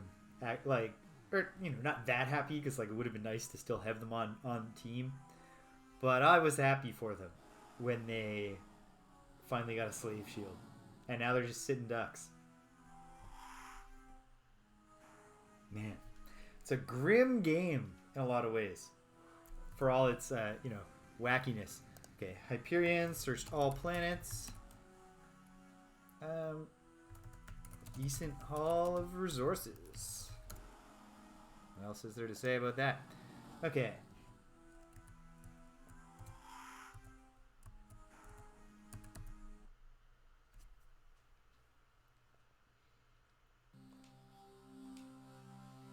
Honestly, I was not I was not expecting to begin the grim death march to the end today. So, boom. Star Control surprised me. Ooh. I just want to admire this place for a moment before I even scan it. Maroon World. Probably one of the least cool things I could ever admit about myself. Because I listen to a lot of different music. In fact, probably a lot of music that is cool. But I think one of my favorite bands is definitely the Bare Naked Ladies. I am Canadian, and I am roughly the right age for them to have seemed cool when I was a kid. And Maroon, one of my favorite albums. I don't care if that kills my cred. I don't know if I had built anything. I don't know that my brand here is built on cool music cred. Well, the Maroon World was beautiful to look at and not worth really visiting. Oh well. Oh well. Let's make our way. We'll do this one. Planet 4, and then we'll zip out to Planet 5. I don't know why I'm being so rearranging deck chairs on the Titanic at this point, it kind of feels like. But, like I said, you gotta play it out hard. You gotta leave it all on the field. I mean, this is all sentient life in the galaxy we're talking about. Yeah, it's I'm repeating myself, Wibble, but it's a tonal balancing act that they've just absolutely pulled off. The writing is brilliant because the situation, and here, I'm a big fan of the blogger, the CRPG Addict, an amateur historian of RPGs who's actually set out to play all CRPGs from the old ones to the new. But they what he dinged this game because one place where my aesthetics and his wildly differ is that he hates any silliness. But so when you talk about this game, it's like I wish it took itself more seriously. But I think this game takes itself. I think the story and the game world takes itself very seriously. Like it's very thoroughly thought out, and it's written in a. I mean, it's just brilliantly written. There's silliness in the characters, but it's all internally consistent with the world, and the world is dead serious. You know, like we cracked a bunch of jokes about the Druuge there while I was talking to them, but then like, I mean, they do have just like a corporate dystopia to begin with, where you lose your job and you're thrown in a furnace, which is both super grim and good satire in the the real like juvenalian sense. And then you get an actual dilemma about selling your crew members into, we might not technically call it slavery if you said like, okay, yeah, I'm only sending crew members who consent to this deal, so it's more like indentured servitude, except it's indentured servitude in a context where if you're not doing your job well enough or you lose your job for any reason, they throw you in a furnace. And then immediately after we meet them, they all got slaughtered, and that was sad. So,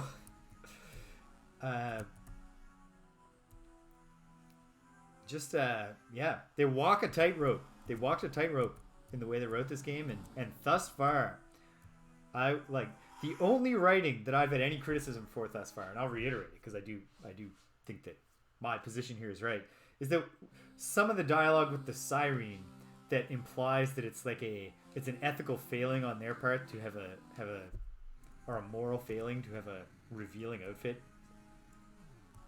No, sir. Then elsewhere in the game, when they're making sex jokes about the Shafixti, they're all, consent is important. So they're ahead of the game there for 1992.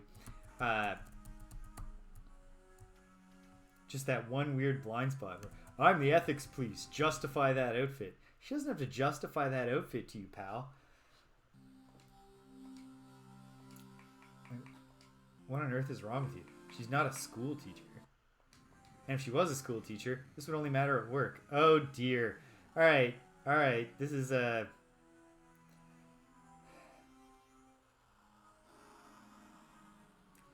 say what you will about the Korra, they make the extermination machines run on time. Let's see. Alright. Might as well, as this all blows up around me, I just want to remind myself where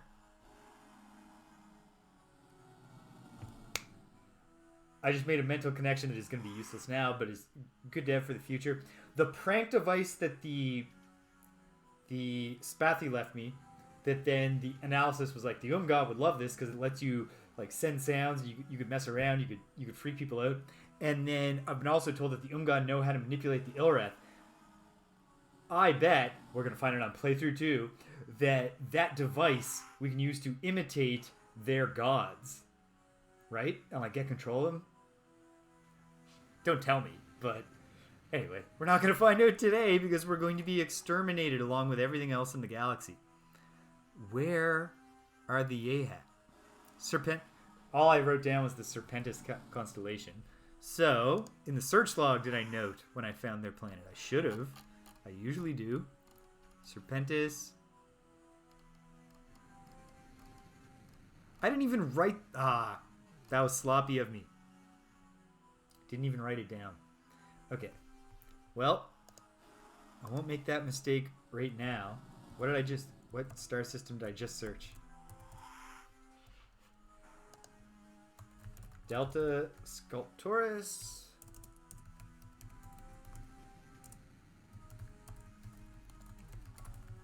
Yeah, don't waste time. And you know what? Not that I'm condoning it, but that is one way in which the Korra approach is superior to the Xerza approach if you accept the baseline premise that the complete subjugation of all sentient life is necessary for the Urquan to have security. The Xurza, by wanting to force everyone to submit, rather than, like, the Urquan, for whatever reason, find genocide distasteful. I mean, for whatever reason. Genocide is bad. The Xurza are at least on the right page there, ethically speaking. But it's much slower to, like, get someone to surrender and then, you know, get them to make a choice and then set up the starbase and monitor them.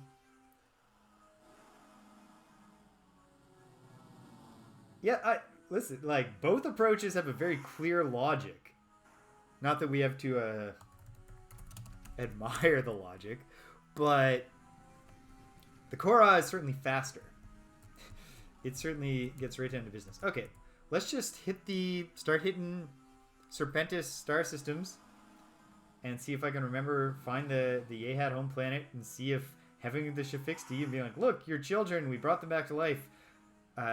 Or maybe I could even just go, hey, you know, your bosses are coming to, or, you know, not quite your bosses, but your boss's cousins are coming to kill you.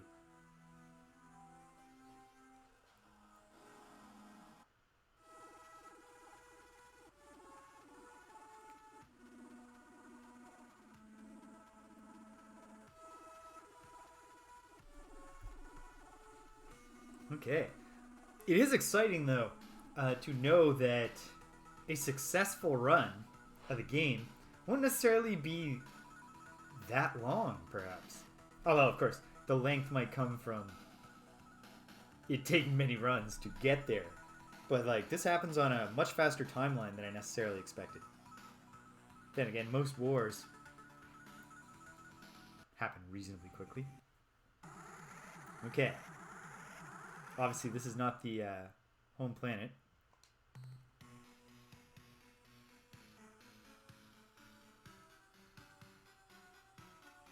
Oh, I'm touched, am I?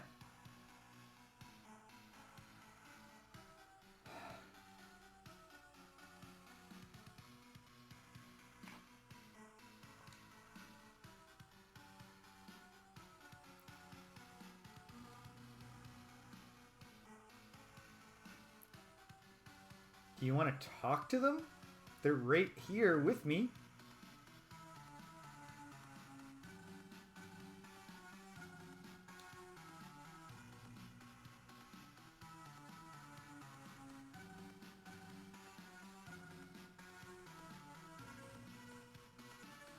Hail them. Bring them up on screen. You don't have to take my word for it. You have the technology.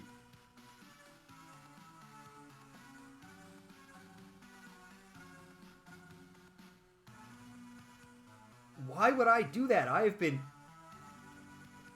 Would you just listen to me?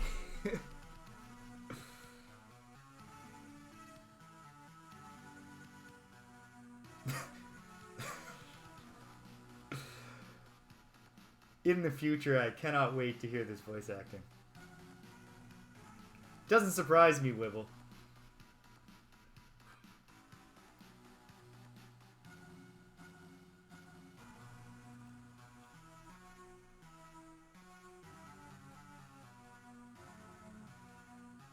No, you're worthy. Get up, come on. Let me tell you about the history of Milwaukee. Okay, well, check it out. Across infinite timelines, we can safely say that the next one that we stumble into, we're going to save the Kunk. Hell yeah. Zeep for life, baby.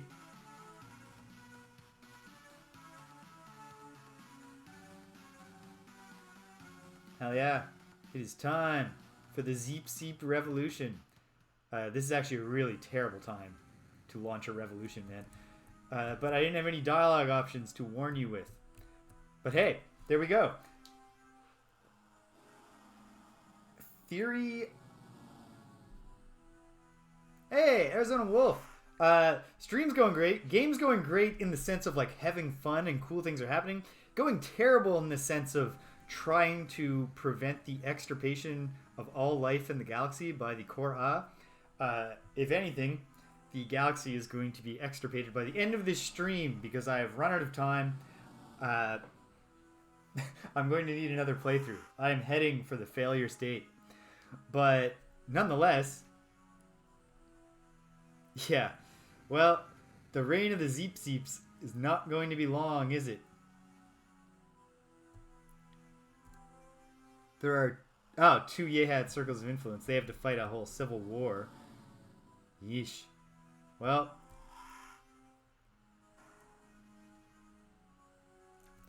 I mean, if we're going out, we might as well go out trying to gather data. Can we make it to Beetlejuice?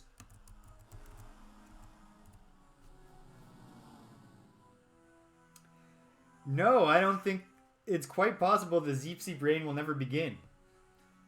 They'll just... I don't even know that we can make it to Beetlejuice. But let's try.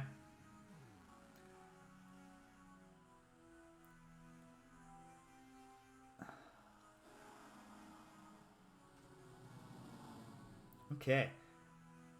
Among other things, just having a better, clearer sense of the timeline in which the war must be won, or the problem must be solved, is useful for future playthroughs.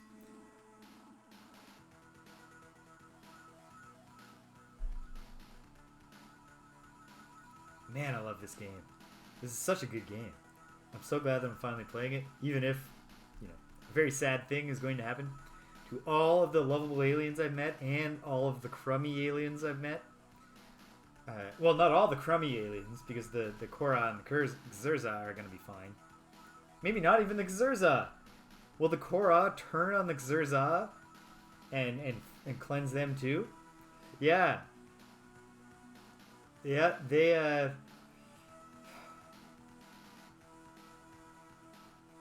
at least so far, like really, really early on when I met the Stelandro, my thought was, maybe this is why the Urquans suddenly retreated, but obviously it wasn't. It turned out they had a civil war with the returning Korra.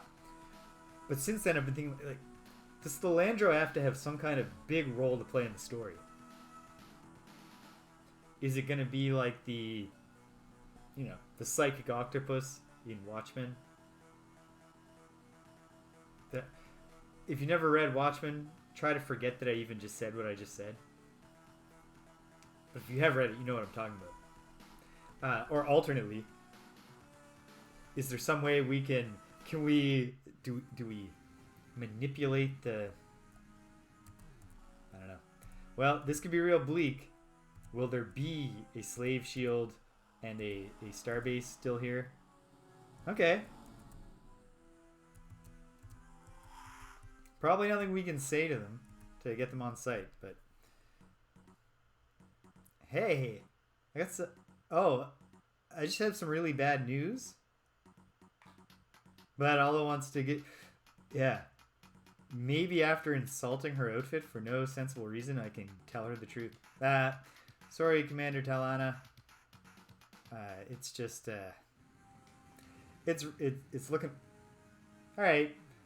Vux... I can make peace with you being dead. Because you suck. Okay. Can we make it home and say goodbye to Earth? Earth is now in the sphere of influence.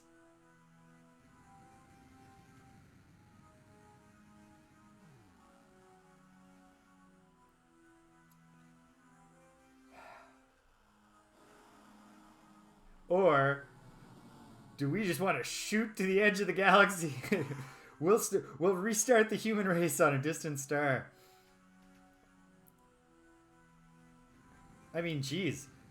We could have a very diverse society. We've got the Zoctophoth, the Pick, the Spathi, the Shafixti, the humans, the last of the Pkunk.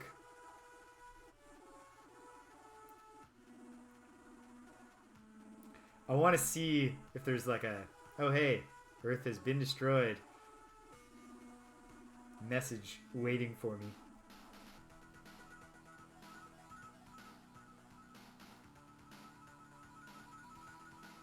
talked a good game about needing a breather between playthroughs if I hit an unwinnable state. But when I said that, I didn't think that I was going to hit that unwinnable state within like 45 minutes. So I think I think next week, maybe it'll be a weekend of new beginnings. I'll fire up a new Star Control 2 and I'll fire up Ultima 6 on 2 separate days. Who knows? Who knows? I got a whole week to think about it. I'm curious who this bad navigating. Some of these must be Slalandro. We never found them.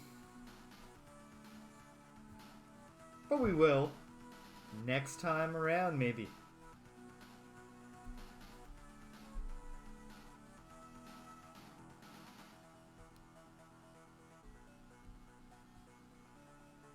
Seems weird to me that there aren't more, like... Or am I just, like, because I don't play PC games enough, or I just wasn't paying attention because I don't generally go for space shooters or something? Did I miss it, or is there just a surprising amount of, or lack of, obviously influenced by this game games? And, like, where are the Star Control 2 ripoffs? Where is the indie game getting kickstarted? I mean, besides the ones that the actual folks have tried to do. Commander, we got to talk about something. We need to talk about Korra.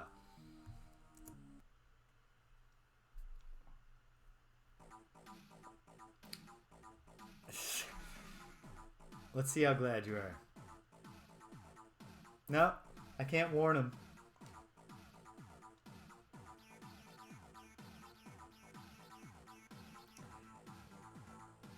I'm going to be very careful on how I say this, Wibble, because I do know that those games are well beloved. I think I would love for there to be a better spiritual sequel, the Star Control 2. And I've never played Mass Effect, to be honest, but I've watched someone play it. And it had a lot of cool stuff going for it. Can I do better next time? Commander, there isn't going to be a next time. Goodbye. Forever. I'm gonna flee now. Just yeah,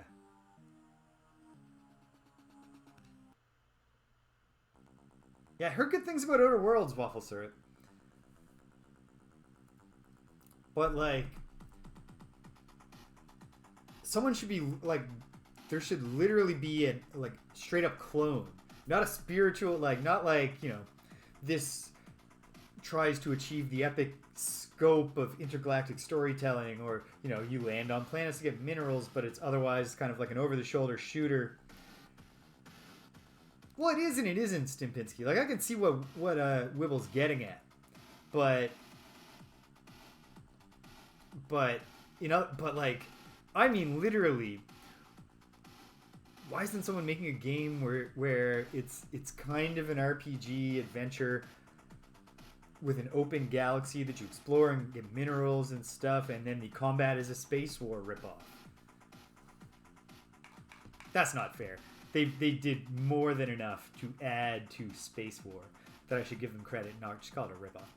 But okay, we've got a full crew. We are going to bring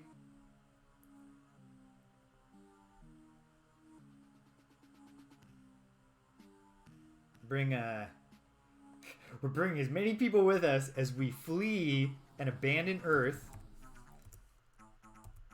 Okay. I would like to... Oh, come on.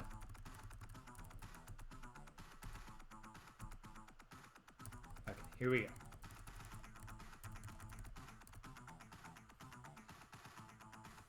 go. Might not be bad to still have the bolt guns, but we certainly don't need that fusion blaster. We don't need that gun. Now let's add...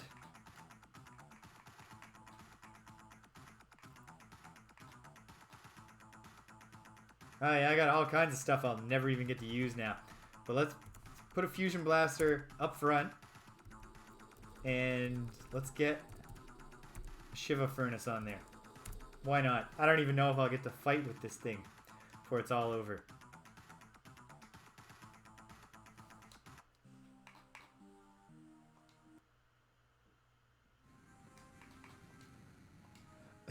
Seems absurd to be making a save game. And yet, here we are. I'm even going to name it.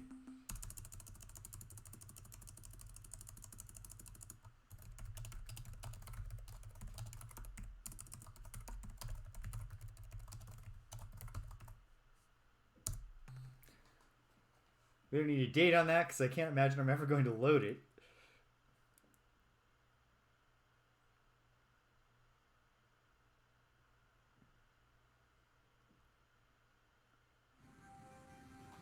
Exactly, Jartza. If I want to relive the last moments, I can go with save game number 1. If I want to relive the dread of the last like month of the galaxy's existence, I have that option too. Let's look at the star map. Farewell, Ords.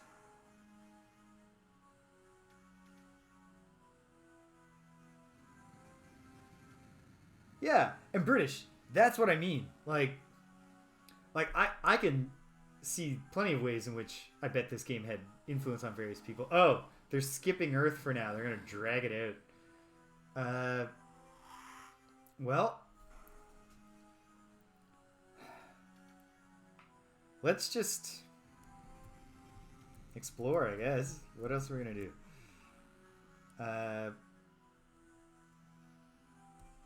Let's go talk to the Umga. See if they're interested in this. Where did I meet the Umga? Did I write that down like a sensible person? Of course not. Oh, but were they just in their original sphere of influence? The Umga. Umga, yeah. The Orionist system. Oh, it's probably too late. Yeah, maybe that's the answer, British. Maybe diplomacy and alliance building has failed. It's time for one renegade captain to win 500,000 dogfights against the Korra in a row. And then boom. Problem solved. Well, I'm not going to get to them. Forget it. We're not going to get to find out if I can share this thing with the Umga. The Umga would be dead by the time I got to them anyway. See what's happening in the Sagittae system.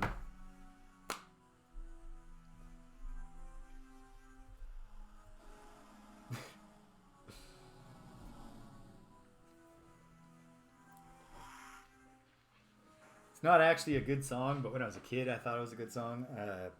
24 Hours to Live by Mace. What would you do if you had 24 hours to live? Similar situation now. We know the end is it's going to be more than 24 hours. Like, there we are, May 12th. We made it to the 13th. Hold on. Hold on.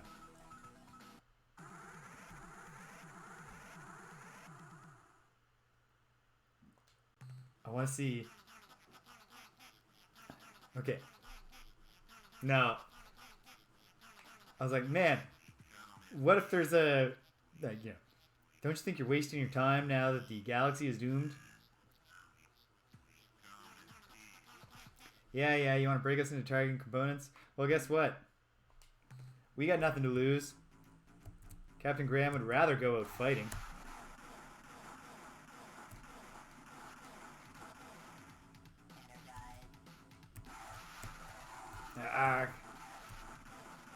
Well, sort of fighting. I landed a good hit. Okay. Who else? Maybe I'll get the self-destruct off this time. Seems like it actually might be very, very... Ha! Yes! Well, that was satisfying. Got some resource units. Wonder what I'll wind up spending those on.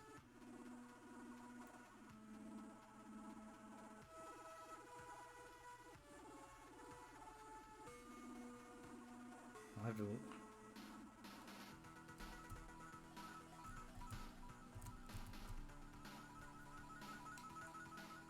Let's go this way. Sursini. That's in the same general area. I'll have to wait that much longer to find out, like, what's the deal with the Slilandra? It's gonna be super disappointing if they turn out to just be a red herring. But it'll be weeks, months even, before I learn. Because the second playthrough will also be, it won't be blind, but I won't be referring to anything that I didn't write down myself. I'm gonna save the galaxy. I am gonna do it. I'm not going to rely on those who have saved the galaxy before in other timelines across infinite universes.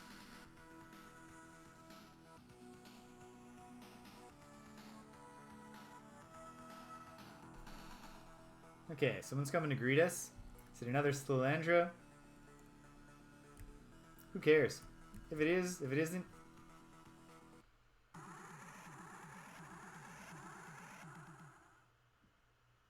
Oh. Alright. It is what it is.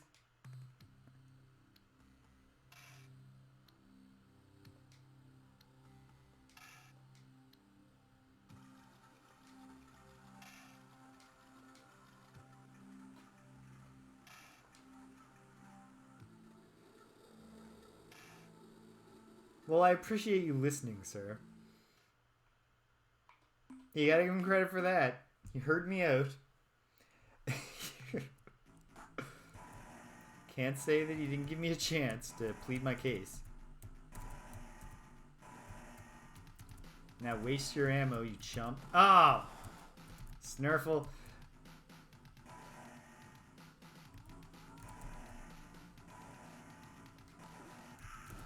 Yeah, okay, there it is. It's not enough to get them to waste their battery on the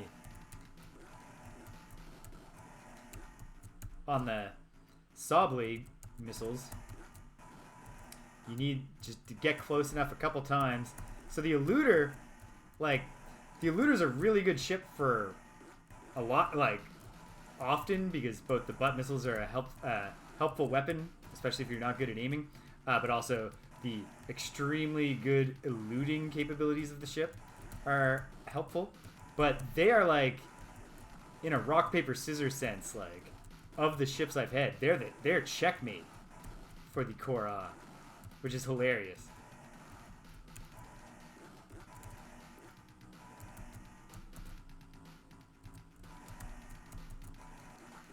Alright.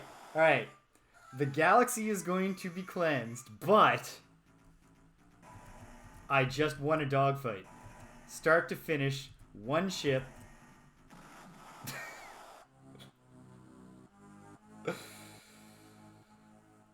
Took my eye off the ball to brag about it, but hey. Okay. Well, Fwiffa, we're not reloading to save you anymore, buddy. You have to win.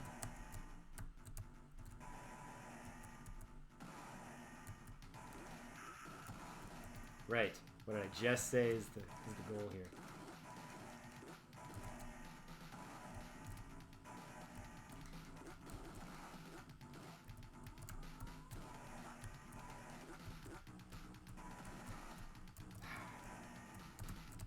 Ooh, that was really bad piloting on my part.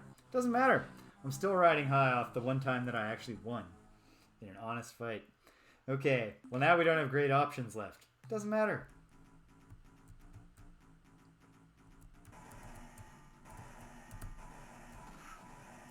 Ah. Sockfight Pit don't have... They're elusive, but they're not at their core primarily eluders. It's a little bit trickier to pull the, hey, use your bullet hell ring of fire move, please. Ah. Nope. That said, the one time that I successfully got in there with that weapon, it was satisfying. Alright. Doing this one the cheap way. If I can get close enough. Oh, it's not enough. was a good hit, but okay. Okay. The returner will flee. Because I do want to stay alive, find out if there's a... Oh yeah! That felt nice.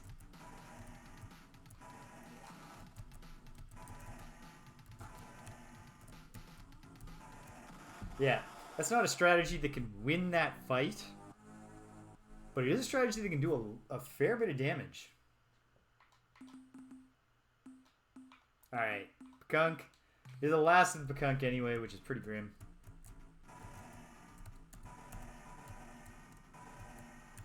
Think how many times the Yehat had to kill their cousins to actually have them dead. What with their... Oh my goodness. I pressed recharge battery instead of shoot.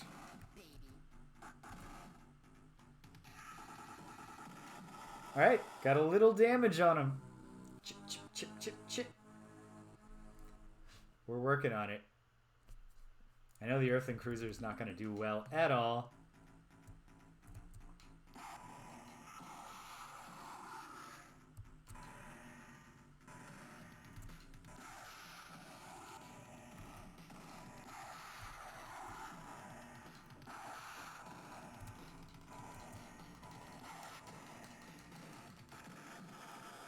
Oh, so close. Well, hey, I mean, geez, good showing for the Earthling Cruiser, given how woefully ill-suited. Alright, and now... Oh, no hit! Alright, I don't care. We are kamikaze-ing the Pekunk. I love the idea of the Pekunk getting a killing blow on the Korra. But I guess I gotta... get him to use the Ring of Fire first. Okay! Alright. Ha!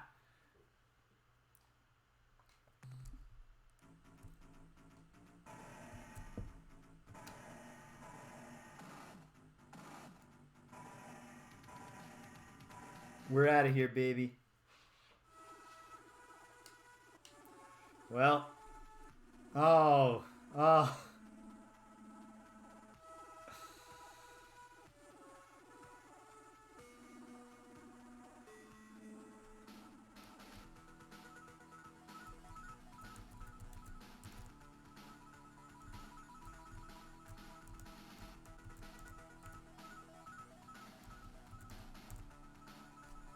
Okay, I don't know if we can get there, but the biggest remaining question mark that I could possibly,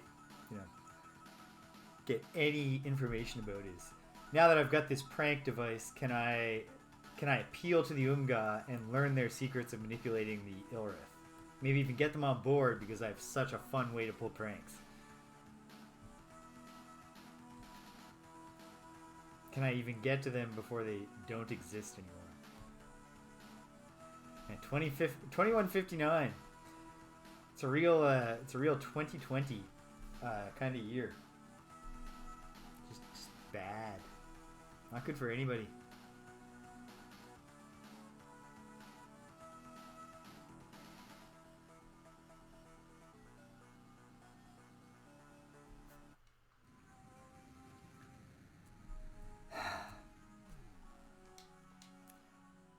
Don't think we're going to be chatting with the Umga.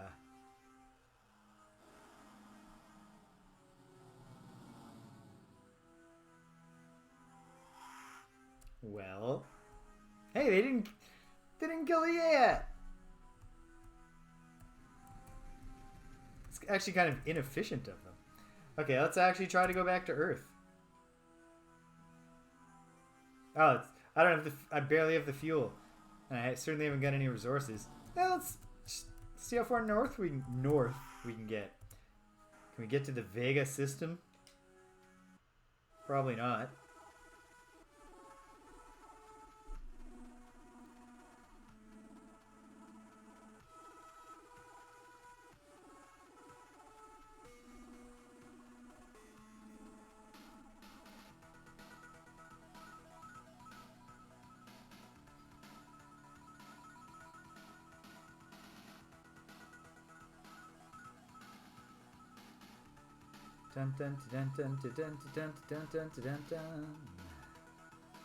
The jaunty hyperspace music no longer feels appropriate to the situation.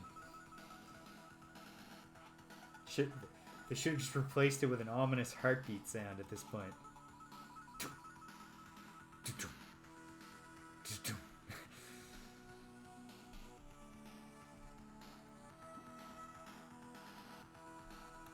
Okay. It's probably just the Korra, but I'd be fascinated to see if we can meet some alien.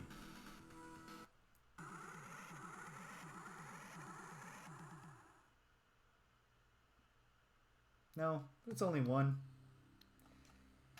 Yes, I know. And congratulations.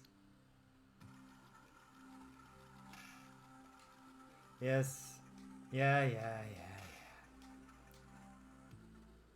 The religious touch is just, it is really quite interesting. Okay. Well. Get as far as we can from them.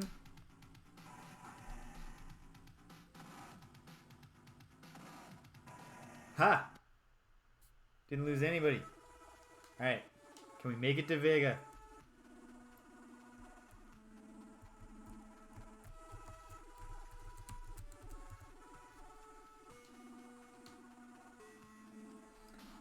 All I want to do is see the vistas of the planets of the Vega star system before the end. We'll stand at the edge of the galaxy and we'll watch it all burn. Drink a beer at the end of the world.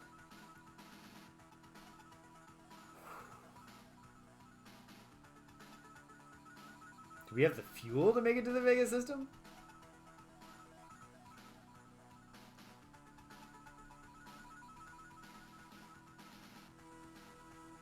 We're about to find out.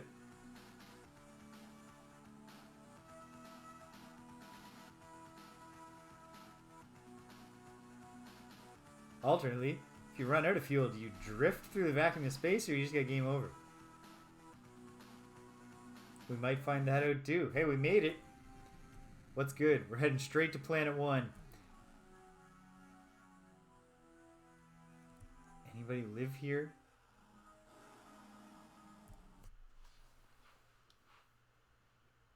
I can tell that I don't even need to look at my calendar to know that I must have a haircut appointment this week because, man, my hair looks like shit.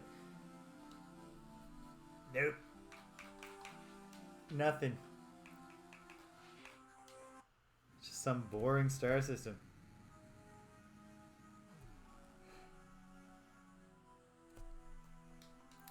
Now what? We're going for the Thradish. While I'm up here, let's see what's happening at Beta Corvi, if we can make it.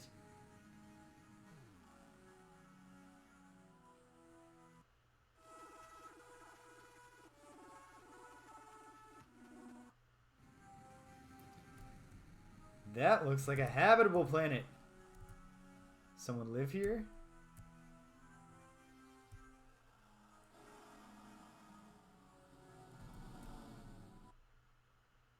Nope. I mean, maybe some, like, indigent life forms. Nothing. Okay. I mean, what is there to do, really? Except just keep checking things out.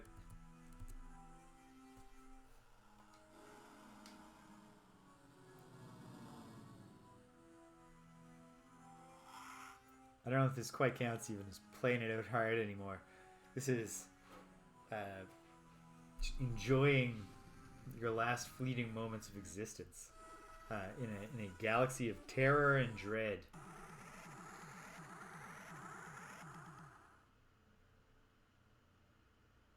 I don't have time for this shit. Alright. You want it? You want the smoke?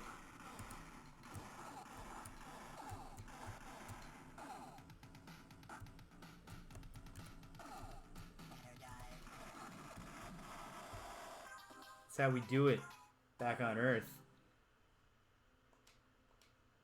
Oh, thank goodness. 550 more resource units.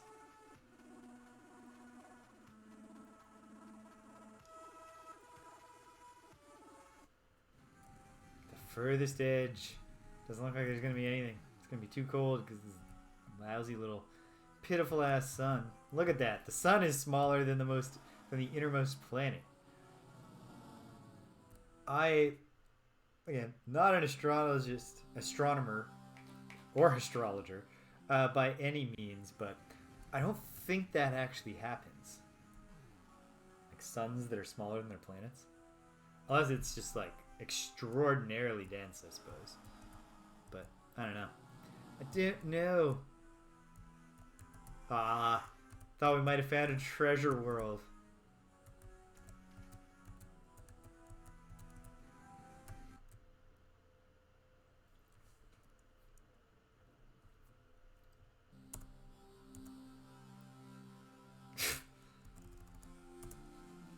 No, we're not spending any fuel to land there. Okay, can we make it to another star?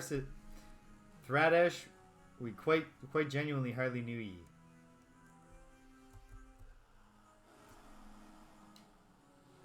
I just want one of the Corvi systems to have something, anything.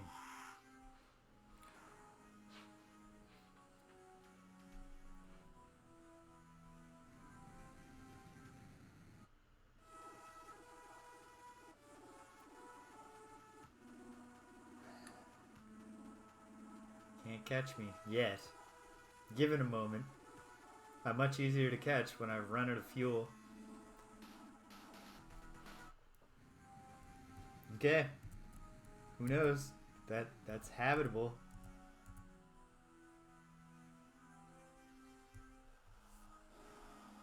Probably not going to discover some cool secret right here.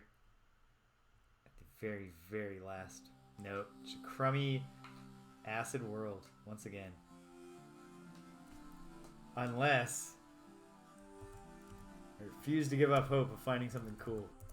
Well, no. But here's a fun thing that I've been told by I learned from a Russian journalist, Russian-American journalist, and then asked a Russian individual who I know. So I think this is true, but any Russians in the chat, feel free to correct me if I'm wrong.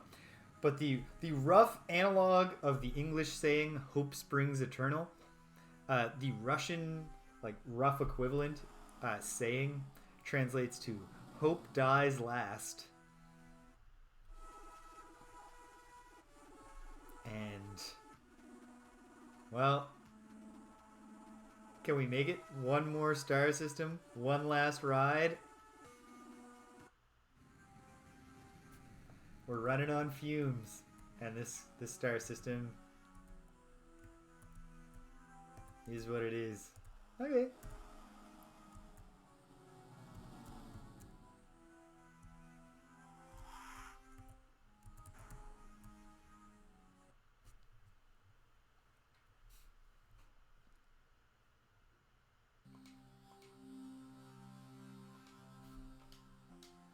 Can't even find any cool minerals. Alright. This is probably our last glance at the star map to watch the Koraz progress across the galaxy. Weird and inefficient. But we can never go home again. Let's chart a doomed course home and see if just inertia can carry us the whole way.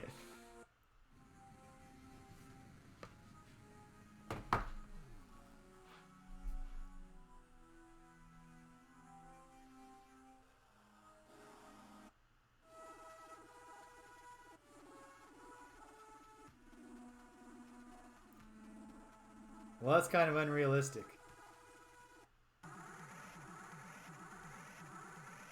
That the ship just stops? But fine. Alright. Well, we're sitting ducks now, aren't we?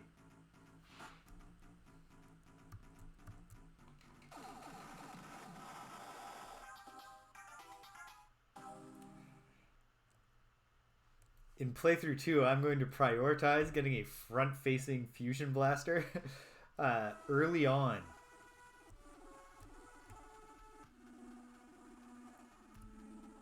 Well, at least it doesn't require fuel to just twirl. We'll take all comers. This is probably going to be it. Yeah, I know, man. Don't you people talk to each other about the really impressive space captains who you failed to defeat? I'm not filth. Get out of here. You're filth. Alright. Me and you, baby. Yeah, okay.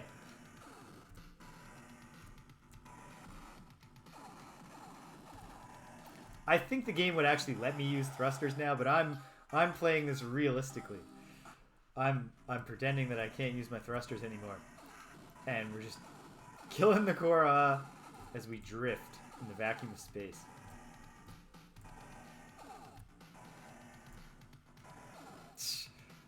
This could go on for a while.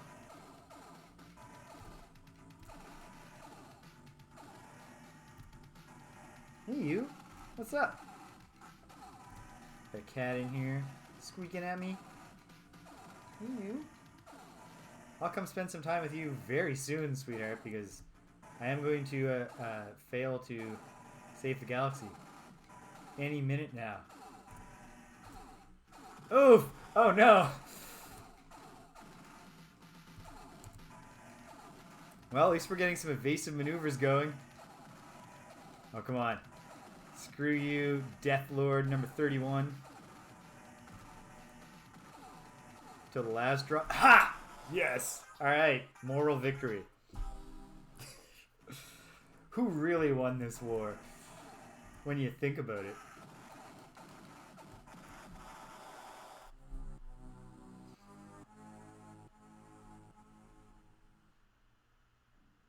The end. Alright. That's our Star Control 2 Let's Play Attempt 1. It ended in failure, but, and this is the important thing to note, a cheesy thing that I believe as an educator is that you've never wasted your time if you learned something. We learned a lot for Star Control Let's Play number 2.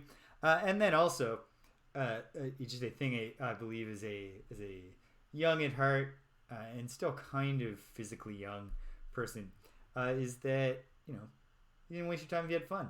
And I had a ton of fun. I love this game.